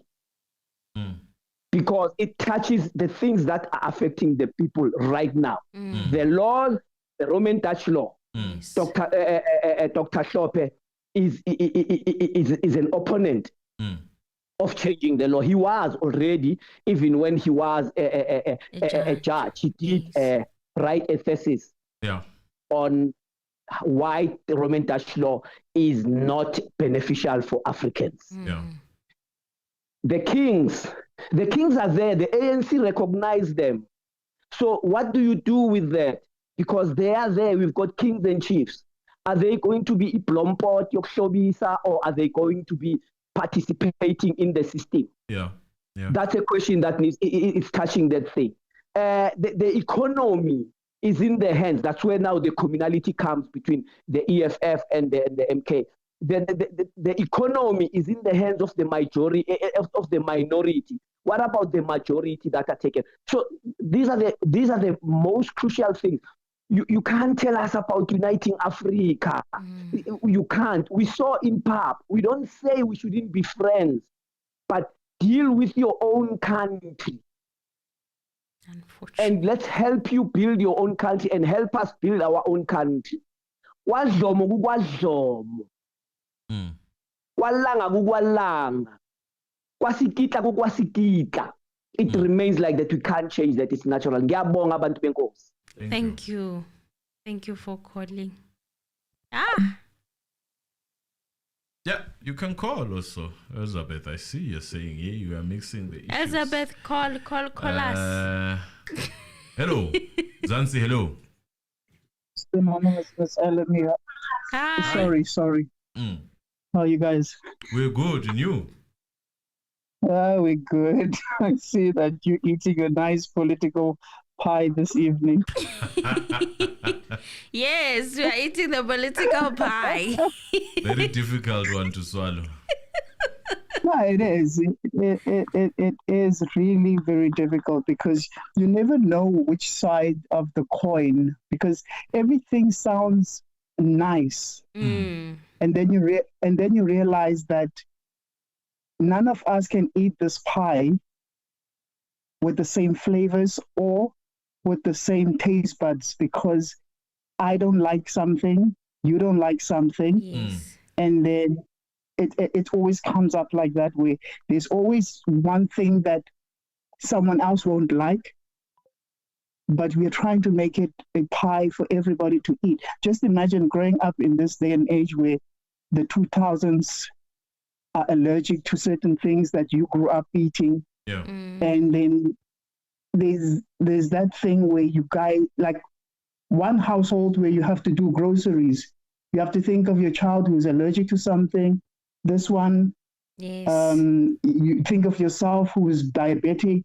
So the menu becomes different. And sometimes it feels like the political space becomes that way where you have to cater to everyone. but also have to realize that you're not going to satisfy everyone or anyone. And then there's going to be that rebel in the house that wants to put his foot down, or the baby. Let's say the baby. You know, when we say the baby cries so loud that it even throws the toys out of the cot. Yeah. And I know some people will say, that's my lemon. But I'm not there. And that's the thing about politics, is that we need to answer the question of, what do we want? How do we get there? What do we want as a country, and how do we get there? But we're not going to do it alone as a country, as South Africa, because we need to be South African, but also be mindful that we live in a globe that we have to work. And that's why politics are what they are in South Africa, because the ANC chose to work with the globe than to just be MK or EFF, where it's about working with people like-minded. They chose to fast-track the country to money, when I'm talking about. They chose that part, the globe, than the African or Pan-African mindset. Yeah. And that's what we need to realize between these two things that was chosen in the GNU. The West was chosen over Africa. Yes. I just want to hand over to my wife, maybe speak from a European, as you guys have never probably heard her. Is that okay? Because... Yeah, it's okay. That's fine. That would be very refreshing. Hi. Hello. Hi, how are you? I'm fine. I've heard a lot of you, and honestly, it's always interesting to hear your point of view. But I have to say, for tonight, I disagreed on one point. Okay. When you said that you don't agree with Malema regarding the One Africa. So I'm old enough to have known Europe before we had the Schengen space totally open, so that which means when we still had border. I remember when we were going, I have family in Spain as well. I'm in France, I have family in Spain. We had to cross the border, or if we were going to a school trip in Germany for an exchange or whatever, we had to cross the border. So Europe, for memory, it started just after World War II, right? It was to stop the war within Europe. Yes. It started as an economical help, it was only for the coal and the steel. They were exchanging in between countries. And then it became Europe. And we had a lot of fighting all the time because, well, we are French, so we're always protesting. But the one thing that is great when we say no border or no visa is that if I want today, tomorrow to, I don't know, go and see the midnight sun in the north of Finland, I can just take my car, cross through Germany, Denmark, Sweden, arrive in Finland, cross all Finland, arrive in the North Pole and see the midnight sun. That's a rich, a commodity. But what I mean is people were the same, like what you said and what the previous scholar said as well, is if we open the border, then we can't have the same thing. There was laws that were very different in Belgium and in France and in so on. And we still have different laws in the different countries.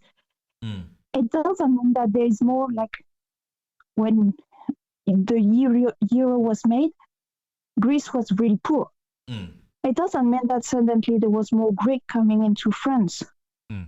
It just means that together we went over this recession period through I don't know which political scheme or whatever, but I always remained French. And when I cross to Italy, I'm in a foreign country and I can't understand one thing they say, except that they speak with their hand and make a lot of gesture, but they're Italian. So it's it's still different country. We all have our own identity. However, we can go from one place to another, which means that we don't have to pay. If I want to eat something from Greece, for example, I don't have to pay more because it had to pay taxes at each border that we cross. The truck can cross within Europe. So you cut out on the fees, and then it's make more sense to buy European product because you don't pay those taxes or those things. And I think that's why Malema wants, I'm not in his head at all, but I think that's why he wants to have one Africa. Not to say we have one constitution, we are one country, but rather to say we are together, Ubuntu, like we together, each of us on this continent will be stronger, and we will have a voice to say, no, we are not dependent of the States or of China or from Russia, of Europe or whatever country in the world, that those so-called first world countries that impose our law on us. We as African country have decided that economically we can work together, and we can use this dentist from Zimbabwe because he's good and we need him in South Africa, and we can send this teacher in Malawi because they need him here, and there's not this paperwork problem as much as there is actually. So it doesn't mean that people will travel more. It does mean that it will be easier for those who need to travel or those who want to travel. And I think that's the one thing that is not really understood and that you cannot understand until you actually experienced and until you actually see it and believe it. Because it seems totally like we're human. The first thing we have in mind is fear. It's our default mode. Aish, will be this Muslim guy that say that I cannot be gay, that will kill me. What tells you that this guy will actually want to travel through 10 countries that tell him that being Christian and gay is okay? He will want to do that. Probably he will never want to do that. Today in Europe, it's been more than 70 years that we have in Europe. I still know plenty of French people that have never crossed the border of France because they don't want to. But the people who want, I could study in Sweden, and I didn't have to pay more to go study in Sweden. That's actually why I do speak English, because I could have this opportunity to study in a country where it was, education was given in English. I can go and visit friends in all over Europe without asking myself, I have to pay for this visa, or I have to pay for this. I know that when I go to South Africa the first time, I could go because I'm French, so I just have to have a stamp when I arrive. It's easy. When my husband and his son had to come to France, it was hell. Because you have to plan it 2-3 months ahead just to go to take the visa, but you have to have the reservation, you have to have this, that. It costs money. When I want, we could go on vacation in the Alps, so that's the border between France and Italy, and we just say, let's just go over the border to eat an Italian pizza. We saw if the border control is still there. Just before the border control, everyone speaks French, and you have French specialty that are here. The other side of the border, everyone speaks Italian. Well, they also speak French and Italian on both sides, but you see the Italian police, you see the Italian help. If you twist your ankle on one side, you go to the French hospital. On the other side of the border, you go to the Italian hospital. Because it's two different countries. But we just crossed, we ate our pizza and crossed back, and it was nice. It's just opening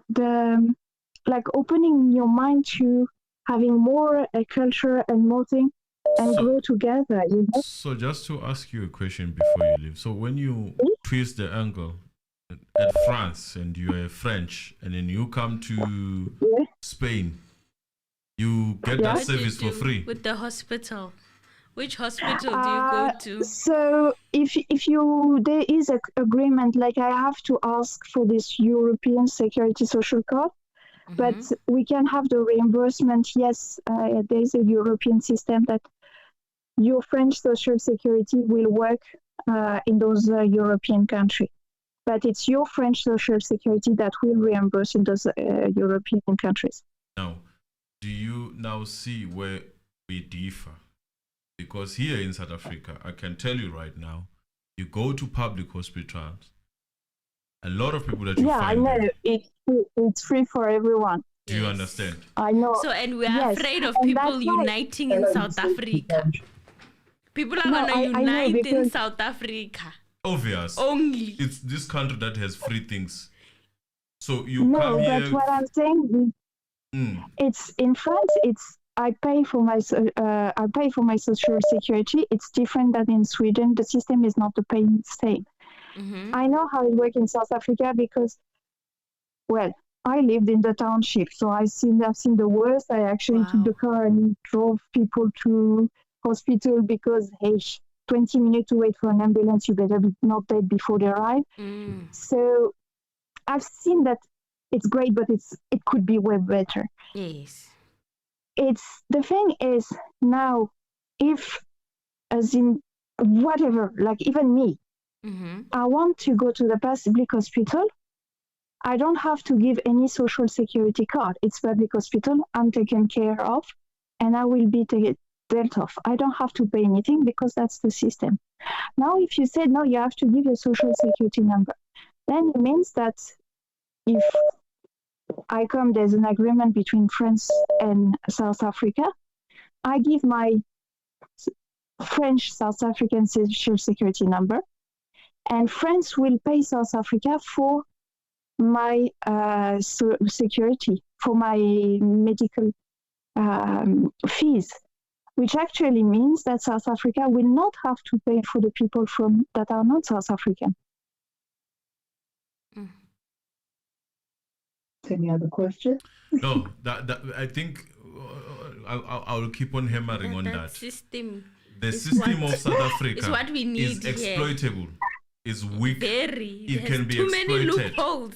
I mean, we have people who come here and they know the law that if they stay in your house for certain for 30 days, then they are eligible for you to give them time and all that. People who are coming from different countries who do that. Accommodation. Those are the things that are making South Africans it's, in France, you speak with someone who never left France, he will say, no, but those foreigners are using the help like French. We have so much more social help than you have in South Africa. And they will say, no, it's just for that. Trust me, you cannot live on those help. It's not enough to live. It's enough to barely survive. And that's the thing. And sure, you can exploit the South African system the way you can exploit the French system. The question is not how people will exploit it and how those foreigners know the system better, is why do South Africans don't know the system as good? They do. I've seen more South Africans not having ID and not knowing how to get an ID and an ID number. I mean, the birth was not registered, and not knowing how to find it than foreigner. I had to learn about the South African Children Act that the system or the old system kept us in. So when the foreigners come in, they come into cities and developed. Yes, they don't go to the underprivileged, underdeveloped places where people are less informed. Trust me, the consulate was mad of me being in the township. They really wanted me out. They were scared to their mind. But the thing is, the first problem I think of South Africa is education. But not in the term like you can't have education. That's not true. It's to have this mindset of wanting to learn a bit more, not to dream big, but to dream so small. And instead of saying, the grass is so much greener in this country, or if I let this guy come, the grass won't be that good in my country, is to say, what can I do to make my life better without wanting to impede on those other people? I'm super happy that there's people in France that come from other countries, Europe or Africa, and that agree to do this job that most of the French people won't want to do. I'm also, and even doctor, we have a problem with doctor in France. I'm super happy that we have Romanian that come to France to become doctor, because at least we can have health taken care of. So, and there's still lots of doctor appointment place for new doctor. So it's not only for the small jobs, there are jobs where we need people from abroad, and then it's super nice when you can have agreement. And then it's more the exchange. But I understand that it's frightening at the beginning and that it will be messy. But if you don't start to change, you will never manage. I'm skeptical about Europeans as example. I'm just going to say it out loud. I'm very skeptical, and I will tell you why. France, in fact, France must accept people from Africa to misuse their system. They have been exploiting African countries. I know. I just speak of now. We haven't exploited anyone. No, I hear, and I was just taking Europe as an example to go forward. I have never been so more conscious about I understand the damage Europe has done while colonizing the country. No, I hear you, but sure, there was bad thing, and Europe in general went through a lot of bad time. I mean, even now, these people, they had to be chased out of this country. Just recently, we're not talking about far, talking about things recently, Burkina Faso and other countries. I mean, they've been getting things for free in Africa.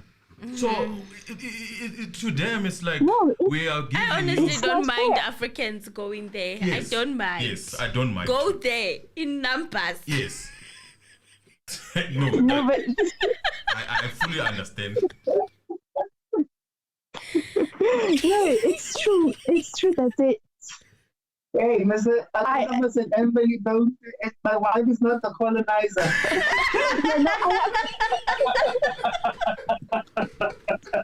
I have no problem. You can speak about colonialism just for the information. No, I come from a family of farm workers, so I've been exploited as well. You understand? No. I know. I understand, and I'm fully aware that the departure, the ground footing is not the same, because yes, there has been the looting, but that's exactly why you need to work together as African countries to make sure that the diamond and the gold from South Africa don't go pay tax in England. And that's, if you don't, like, Europe was, they were famous for history, because of colonialism and so on. But Germany is nothing on its own. But because it's part of EU, it's a very good power. Or let's say Belgium. No, Belgium is a bad example. They're still in Congo. Poland. Poland is nothing without EU. But they didn't colonize, they weren't ever. But now in Poland, they can export a lot in the rest of Europe, and Polish can live a bit better. And they are on the map because they're part of EU, which means that if all African countries comes together just economically, I'm not speaking of changing your rules and your law and whatever, just an economical thing and being able to exchange, then you are on the map and you can invest in education and get out of this inequality and kick out all those looters that are just taking all the wealth of Africa for the old grumpy, racist, European But that they never are stop these profiting people. from. They never stop. They push people that look like us now. They push them. They give them power. They give them money. They do. So that's why it's going to be difficult to go to Congo and convince someone there, or to go to Zimbabwe and convince someone. You don't know who pocketed that person already. You are fighting a third person other than the person that you are trying to convince. I've never said it would be easy, but that's true that sometimes you have to start somewhere. Maybe And you have to make a lot of mistakes to manage. I don't know, it's life. We are making them right now. Well, I'm not a South African citizen, so I don't have the right to vote, and I will not give my opinion about what's happening in the South African view. But I just wanted to give you my point of how I felt, or how I do live this no border in Europe, because it's the case now. Because I thought that you might not have had the chance to travel as much as I did. Yes. And therefore maybe don't see this point of view that I think is the point of view, at least in part of Malema. That's all. There's so many things that I would like to change in South Africa because I can't stand injustice, but that's a fight for tomorrow. That's a fight for tomorrow. No, thank you. Thank you very much. Thank you so much for giving us Thank you, Jonathan, for a borrowing different you as your wife. perspective. And thank you, Jonathan, for borrowing us your wife. Thank you. Thank you. it's a pleasure. Thank you, guys. Have a wonderful evening. Thank you. Guys, It's a difficult sounds like a situation. dream to It's a just very difficult walk. situation because, I mean, we are at the situation where everyone is under someone's pocket in Africa. Not remember that pocket that we are talking about. It's Europe. Yes. You know, and America. So you go convince someone in Botswana. And then they have a different person that taking extractions. I mean, from, those ones, they even have a who's certain in base. Sweden. I don't even want to mention. Or, hey, yes, how are you going to go there and say, everyone is wants something from Africa? And then, here's the problem. This is where, if you say open borders without fixing other African countries, obvious people, everyone's gonna flock it makes to sense. South Africa. People flock to where there are resources. Yes. They will flock to that area. Yes. And then from there, it will be ungovernable. There's going to be too many of us in one country. Imagine where people can come and drink tea for free. Do you think they'll go back? No, they won't go back. That's the problem. Even if I was living in Nigeria and I had to come here for a visit, I'm not going back to Nigeria. No, that sounds wrong. You will go back to Nigeria. It's your home. I won't. No, that sounds wrong. You will go back to Nigeria. It's your home. You left your family there. But what about the country where you do your business? I mean, for example, look at Joburg. People sell bananas there. They sleep there. They do everything. It's a mess. If most people flock to South Africa, their province will be clean to such an extent that they are able to tell us that their countries are clean. Ours is dirty. Do you understand? I've had I hear your like example. You're trying to be politically correct. No, but yes. it's not political. Nigeria has big houses there. Those people, they have nice houses. I know. Would you like to go But and not all stay, of go Alexander and leave that house if you had that house? No. Who do you think has those big houses? Most of them, they are not there in that country. You think it's people from outside who Yes, have those big because they bring more money. houses in the towns, Yes. in the cities. Nigeria has proper resources. But the politicians there, Same thing that we are all crying about. the politicians in Nigeria are awful. No, pan. you sound so wrong. What about South Africa? This is where the problem is. What about South Africa? You think South Africa is better? No, it's not. When it But comes to compared politics, to Nigeria, when it comes to politics, you think South Africa is better currently? no. Eban. You'll be surprised. Better. I think they are even better. The politicians. Bella, let us look at their economy. What is their economy saying? Before you say, hey, their politicians are worse than ours, compared to ours. no politician is good, but others are better than the other ones. So you know you wanna look. It's all good because we are still decaying. Also, I'm not saying we are coming better. we are coming from the infrastructure environment. We are going the other way now. Now all I want, guys, is simple. Let us all fix our countries so that when I visit Nigeria, I feel like I'm in Spain and I'm a French person. You know? And how do we so fix our countries? We fix what's not working for us. When I visit what's not working Botswana, for us, I feel like I'm in Finland. I'm not even sure if Finland is. I don't know Finland, but I wanna feel like I don't wanna. I'm just making an example. Like I want to feel like I don't want to leave. It should. They are talking about Europeans. Yes, you can go to Spain, take a train to Spain, watch soccer there because the infrastructure is there. It's beautiful. You go to Barcelona, you go to Madrid, beautiful places. They still go to England also. They find beautiful places. So it's easy to go back home. But on the other side,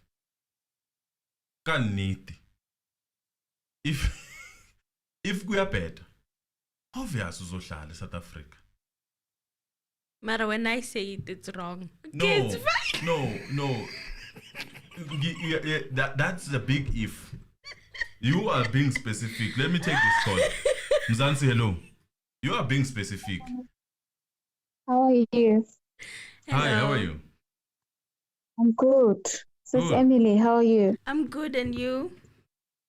I'm well. I'm not against open borders, but the thing is,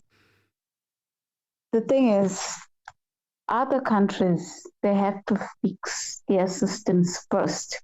Exactly. And the biggest obstacle in Africa, the biggest obstacle preventing us to achieve this is the greediness of politicians. Yes. Nearly, I can say more than 90% of politicians in Africa, they are master looters. They don't think of the ordinary person who puts them in office. Yes. The problem with them, they forget that they work for us. Instead, they think they own people. Exactly. And they disrespect people. Up to an extent that they loot to the very last. As long as they are okay with their families, it's okay for them. Yes. I live in Europe myself, right? It's not that politicians are not corrupt. They are corrupt. But the systems in these countries, they work. They may not work 100% up to what we want, but at least they work. I can go to a public hospital. I will get a service. Where I work in the hospital, for instance, like today, I had patients from Lithuania. I had patients from Poland. I had patients from Italy. They are there in a public hospital. They will get a service. They will be operated upon. Everything will happen.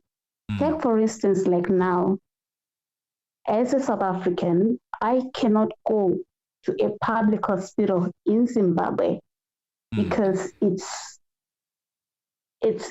next to non-functional. I have Zimbabwean friends, right? They will tell you, like, I stand to be corrected, but my Zimbabwean friends, like, they always share these stories. Like, if you go to the hospital, you have to bring your own admin set, like for a drip. You have to buy your own stuff to bring to the hospital for you to get a service, right? Yes. It's not supposed to be like that. No. But go like very private, where these greedy politicians go to. Everything is there. Sometimes they go and get treatment outside of the country. So that's why I'm saying, like, in Africa, we have to work on building our systems. Let's Yes. rejuvenate them. Yes. I had Jonathan's wife talking about how poor Greece was during that time. Yes, Greece could have been poor during that time, but probably the politicians in Greece were not as greedy as the African politicians of today. To be honest, they disgust me. Sometimes I'm so angry, like, my God, like, where are we going with this? Even back home in our own playground, like, it's politics, greediness everywhere. The extortions in Umtata. Yes. What the hell is wrong? What's going on there? Like, I'm like, this is a school, and someone has the audacity to go there and say, I want this. It's on the national news. We are failing to control it. You know, like now, people, they don't care anymore. They're so brazen in doing what they're doing. You know why? Because they see that, like, oh, if those ones at the top do it, we can also do it. They are learning from the best. Yes. We need to restore order in the country. And to restore order, it mustn't start with an ordinary person on the street. It has to start from the very top politicians. They are the ones who are setting this very bad precedents. So as a result, every Tom, Dick, and Harry, they are just diving in like, okay, there are no consequences. How many politicians in our country have stolen, looted monies everywhere? No prosecution, nothing. So like it's just a whole lot of it's a whole lot. Like at the moment, Africa is one big mess. We just need to clean everything, starting from the politicians, like I said. Yeah. I couldn't agree with Only you. then, when we get things right in Africa, only then can we start to think about all this one Africa and all this, and also like start dreaming about like life in Europe. Like, oh, I can just hop on the plane, go to Germany. I can just do this, go there. I can just go there, do this. You know, but like let's let these African countries as well sort their systems. But it's all about sorting systems, getting them to work. Once that is done, and then at least like we start talking. I understand Malema, yes, like he has a vision, but like, we are still a very long way to go to achieve that vision. We can't achieve it now, but it's doable. Yes. But we have to clean up some other things first. We have to put bleach, clean. Then once that's done, and then we're ready to go. That's my contribution. Thank you very much. Thank Good you. night. Thank you. And I agree with you 100%. Everyone has to sort No out one would ever refuse their the own situation where politicians. everything is moving smoothly. No one will ever refuse that. But it's when one person should accept everything. That's where the problem is. Mzansi, hello. Good morning, my lovelies. How are you doing? Doing great. And you? Oh, man, I've got a very terrible flu, but I'll be okay. You Get know? better. Yeah. So, you know, I just want to make a quick contribution to this discussion. Yes. I don't understand when they say open borders. Before I make a contribution, I just want to understand when they say open borders, what do they mean? Means Do you they can go mean in and that out. if I live in Zambia and I feel like going to Joburg, I just wake up in the morning, put bags in the car, and then I just drive to South Africa? Is that what it means? Yes. Yeah. The question is, are we ready for that? No. I don't think we're ready. You know, I agree with the previous caller. Let me give you an example. I'm a South African citizen that lives in Australia, but I've got Australian citizenship as well, right? So I'm a dual citizen. So what this means is that there is free movement between Australia and New Zealand, for example, right? If I want to go to New Zealand today, I don't need to apply for a visa. I can just buy my ticket, get on a plane, and get to New Zealand, right? But it doesn't mean that when I get to New Zealand, I can just walk through, right? They can just randomly stop, even though I've got an Australian passport, they can just randomly stop me and talk to me and find out why I'm coming to New Zealand. Do you know what I mean? And if they find out that I've got a criminal record, I've got a conviction or something like that, they can send me back. So there is still some kind of management around the so-called free movement. But I don't need a visa to work in New Zealand. And when I'm in New Zealand, I can study, I can get a job, and I can go to hospital. Even New Zealand citizens, when they come to Australia, they've got access to the same resources. Do you understand? But it doesn't mean that if a New Zealand citizen comes through the border of Australia, they can just go through without being checked. They can still be checked. Yeah. You know, sometimes you go through, sometimes you get stopped, and they want to talk to you and find out why you are here. Let me tell you why. One of the reasons why people like me moved from our beautiful country, South Africa. South Africa is a beautiful country. I've traveled a lot around the world. Okay, I've seen other places, and South Africa is still a beautiful country. The problem with South Africa is corruption and crime. Do you understand? If we can get those two things right, we've got the infrastructure, but the problem is the crime and the corruption. If we can fix the crime and we can fix the corruption, South Africa is a beautiful country. I would come back home tomorrow. I was a victim of crime. I was a victim of a very horrendous crime myself in South Africa, in my home country, in my home. Do you understand? And that is one of the reasons why I moved back to Australia. Because I didn't get the assistance that I needed from the so-called SAPS. Nothing happened, even though I was a victim of crime. But in Australia, things work. Do you understand? Things work. Yeah. You go to the police. It doesn't matter whether your bag was snatched, whether somebody slapped you. The cops will get involved and they will investigate and they'll make sure that the person who perpetrated the crime against you will be brought to book. Do you understand? So right now in South Africa, we don't really have that systems like that. We've got justice institutions, but do they really work for us as citizens? I doubt. I don't really think they work the way they're supposed to work. Now, let's speak to people in England, for instance. When Britain became a member of whatever is it EU? Yes. Were they ready? Were they ready to be members of the EU? What happened to England because of the freedom of movement? Right now in Australia, they had enough gold. I'm sorry to disturb you. They had enough gold, more than us as the owners of that gold. So yeah, they were ready. Yeah. So then right now in Australia, there's an influx of Irish people coming into Australia to work, young people especially. You know, and when you have conversations with these people as to why they are moving to Australia, they'll tell you that, you know what, right now everything is a mess in Ireland because our country failed to manage the border. Now we're having people coming in, lots of people coming in. When they come in, they qualify for government benefits. They are getting houses, and citizens who have been working and paying taxes can't even get houses. Veterans are homeless on the street. So if we can't look after our own people, how can we look after other people who are coming from outside? Because you can't leave your children in the house hungry and feed your neighbor's kids. Hey. Why don't you feed your home first and then have something to give to your neighbors if you've got something extra? Do you know what I mean? I don't think that it's a beautiful idea. Sometimes it's beautiful to talk about stuff and and fantasize. It's all a fantasy. The fantasy may look beautiful and wonderful, but the question is, are we ready for the reality? What is the reality on the ground right now?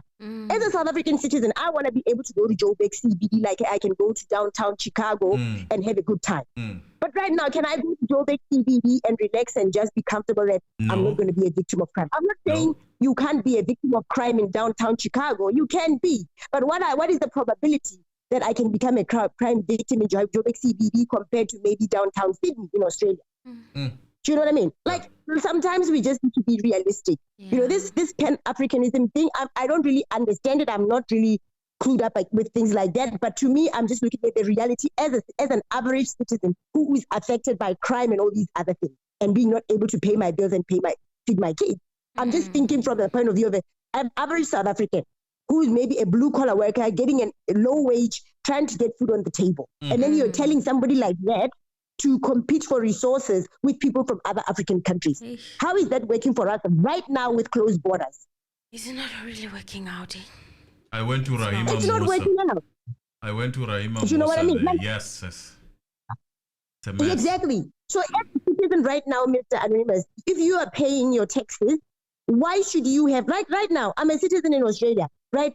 I don't have to have private health insurance because I can go to a public hospital and I can get access to good health care. Do you understand? But somebody in South Africa, somebody in South Africa with a noble profession, when I was there, I had to have private health insurance because I knew that if I go to maybe Baragwanath or whatever other hospital, I'm not going to get the level of care that I need. Not because there are no resources, but because the system is run down. The system is overloaded and they are not coping.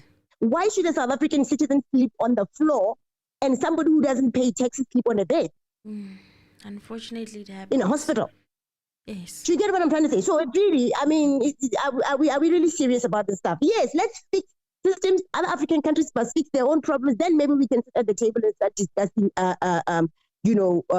open borders and stuff like that. And another thing also, quickly before I go, right now, England wanted to join Australia and New Zealand on this open border thing that we have with New Zealand. Australia was very clear to Britain. They said, you know what? Until you fix your immigration issues over there, you can't join us because you've got so many people right now in Britain that cannot be accounted for. Do you understand? As legal citizens, you've got illegal people living there in the UK. Some of them even come with maybe South African passports. They're not even South Africans. They get residency in the UK and then they're going to come to South Africa. Yet they have not actually, and yet they're going to come into Australia, and yet they've not even been verified to be South African citizens. Because there are people who come into the UK with South African passports and they are not South African. Do you understand? Because of the corruption that is happening in our Home Affairs Department. And now these very people, imagine now if they come into Britain as South African citizens, they become residents, right? It means they have not been verified. Their criminal records have not been checked properly, right? And then they come to a country like Australia. Australia doesn't want that. They're saying, until you fix those kind of problems, then we can't have you join us. Do you know what I mean? So if South Africa, so we need to root out corruption in our institutions like Home Affairs and all the kind of places, and then other African countries need to fix their problems, and then we can sit at the table and start negotiating open borders. And even if it's open borders, there has to be some kind of management. It can't just be open borders willy-nilly. Look at what Botswana is doing. Botswana, they're very serious about their border management. Do you know, I've been to Botswana a few times. They don't play over there. They've got law and order. And that is why they have a low crime rate. Somebody can attribute that to maybe a low population and stuff like that. It doesn't matter. The fact of the matter is Botswana has systems in place. They have a law and they're applying the law. Why can't we do the same as South Africa? No, the crime rate is very low in Botswana. It's a very nice place. But anyway, thank you so much, guys. You're doing a really great job and I really appreciate you guys and I love you so much. You take care. Thank you for calling. Thank you. Everything you shared has been so informative and I agree with everything. In fact, Ireland, I saw that they have a Miss Island of Nigeria. She's of Nigerian descent. Okay. Guys, let's make it 2 minutes. Mzansi, hello? 2 minutes. Nkaba inkosi futhi ngibingelele kokugcina. Yeah, mfowethu. Yeah, ethi ngilungisa indaba ye-Europe. Yeah. There's a big misconception about you comparing Europe to Africa. Hey. Like I said, people miss a point. In Europe, they had regulation. They were on the same path. They all agreed that gays and lesbians are allowed. They all agreed that the age of marriage is this. They all agreed about the trading laws. Yes. They all agreed about, they have the same standard. You understand? We don't have the same standard. No, we do not. We don't have the same standard. Eswatini, the ruler is a king. He has his own rules. In Nigeria, they've got their own system of governance. And when it is that we've got different rules. We've got different. This is the point. How then do you become a union? Because what you are going to have, which is happening now, the borders are not open. We are going to have everybody flocking to South Africa, and then South Africa is going to be more unfunctioning. The point that people are saying, the lady is saying the poor people will not flow. They can't flow in Europe because the standard is the same. They are taken care of by their government. In Africa, once that open, forget about South Africa, because everybody is going to flock into South Africa. That's what is happening right now. We have people being trafficked from Lesotho and being brought into South Africa in brothers, abantwana babantu, young girls, shame. They become brothers, lapana evercom. That is what is going to happen now openly. We've got people being trafficked from Ethiopia. We've got people being we've got people coming from Zimbabwe. We've got people flocking. I'm not talking about people who are coming legal, because people will try to paint us as we are xenophobic. I don't have a problem with people having their passports and coming into the country. It is normal. I use that. I do that all the time. I go to people's countries with my passport all the time. It's normal. And I don't have a problem with a Zimbabwean marrying a South African. I'm not xenophobic. I'm just talking about the reality of what is happening now. People, they come from Eswatini or Mozambique and give birth in South Africa. What does that mean? This talks about our resources. So what is the problem? The problem is not that Africa is divided. The problem is that the governments in Africa are not taking care of their own people. So if we are going to be a nanny state that is taking care of other people who are not being taken care of, and as a result, neglecting those we need to be taken care of. We have ideas that, okay, let's talk about this case. There's a person who had a problem in burying their brother. Why? Because when they went to claim a death certificate, they were told that this person is alive. I'm reading posts here, people who don't care and say we hate illegal immigrants and we hate Africans. What are you saying about that person? We have children who couldn't get NEFSAs because their IDs were stolen. There is no legal foreigner who will steal a ID. The issue of Chidima is not a new one. And we don't even know that those parents of Chidima are the real parents. She could also be a victim of human trafficking. We don't know that. So you can't compare Europe and Africa. In Africa, we have challenges. We have countries which are lawless, but they have governance. The people of Zimbabwe are not running away because they don't have sense in their brain. The people from Nigeria are not moving away from Nigeria because they don't have sense in their brain.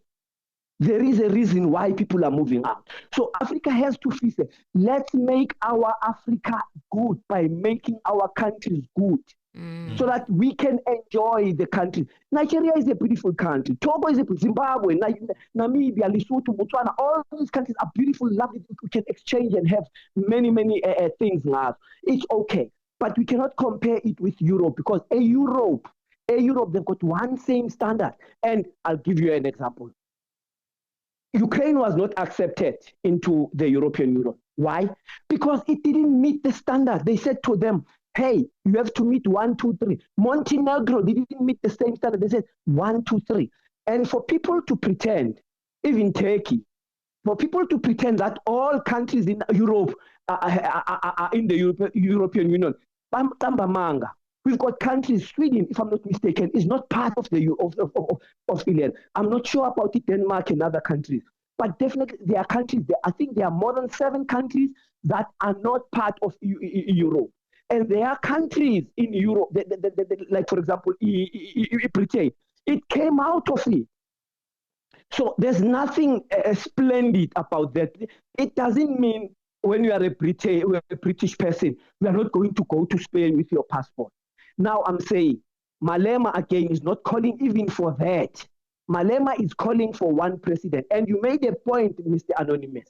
If that one president, we are going to be at the mercy of one president. If that one president is going to be a puppet of the West, then the whole continent is gone. Yes. So we don't have a problem with a union of Africa. That means when the countries are stable, let's have rules. Okay, what kind of law do we want in Africa? And those laws must be implemented in those countries. That's where you are going to start to fail. Because if we have similar laws, then we know that we are going to work together. then we can say, okay, you can come in the country without a passport. We know we are going to behave. To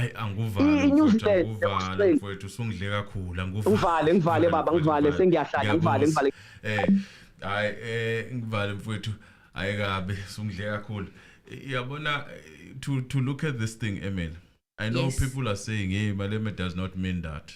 Malema does not mean that one president.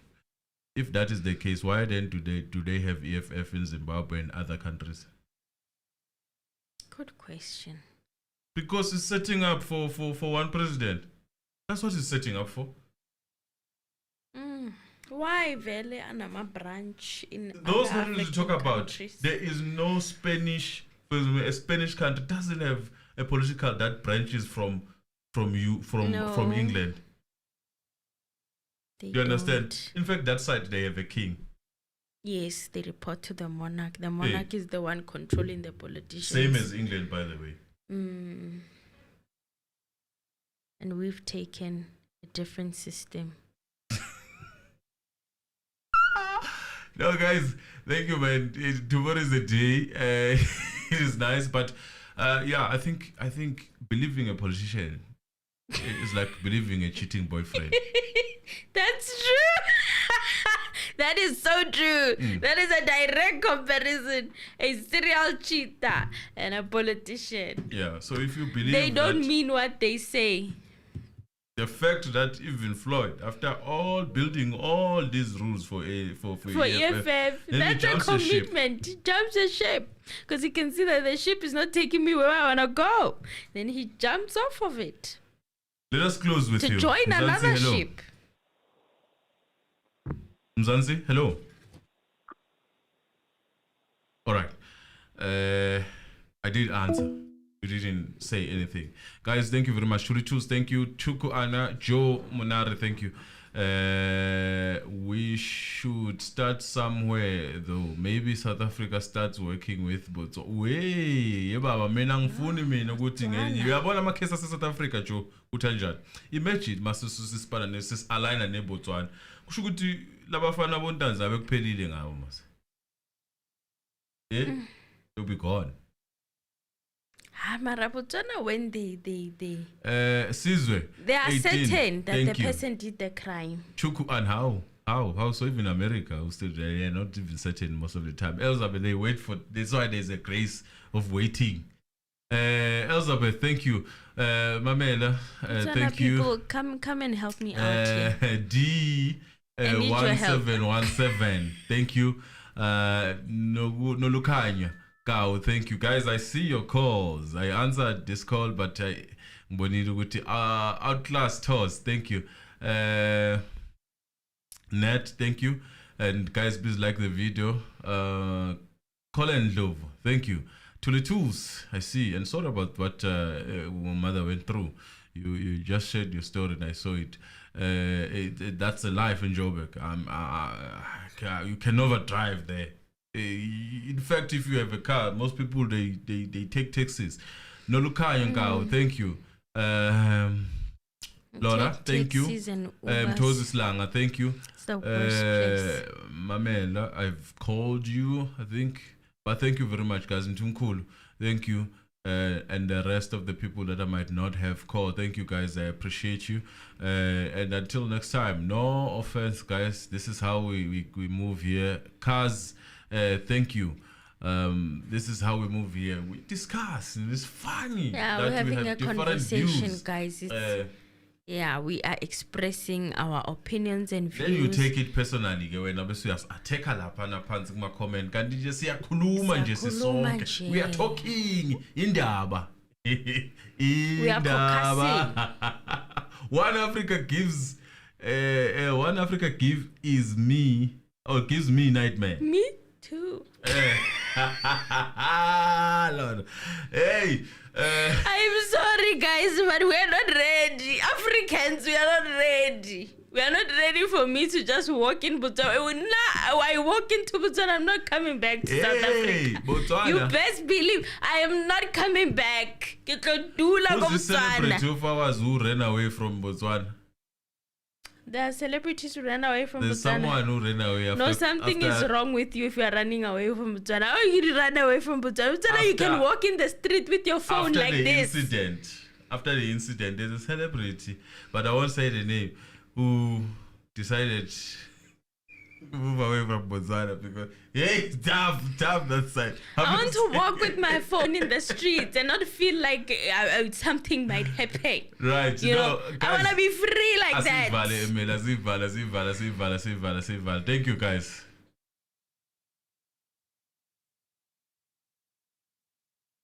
I can't boy.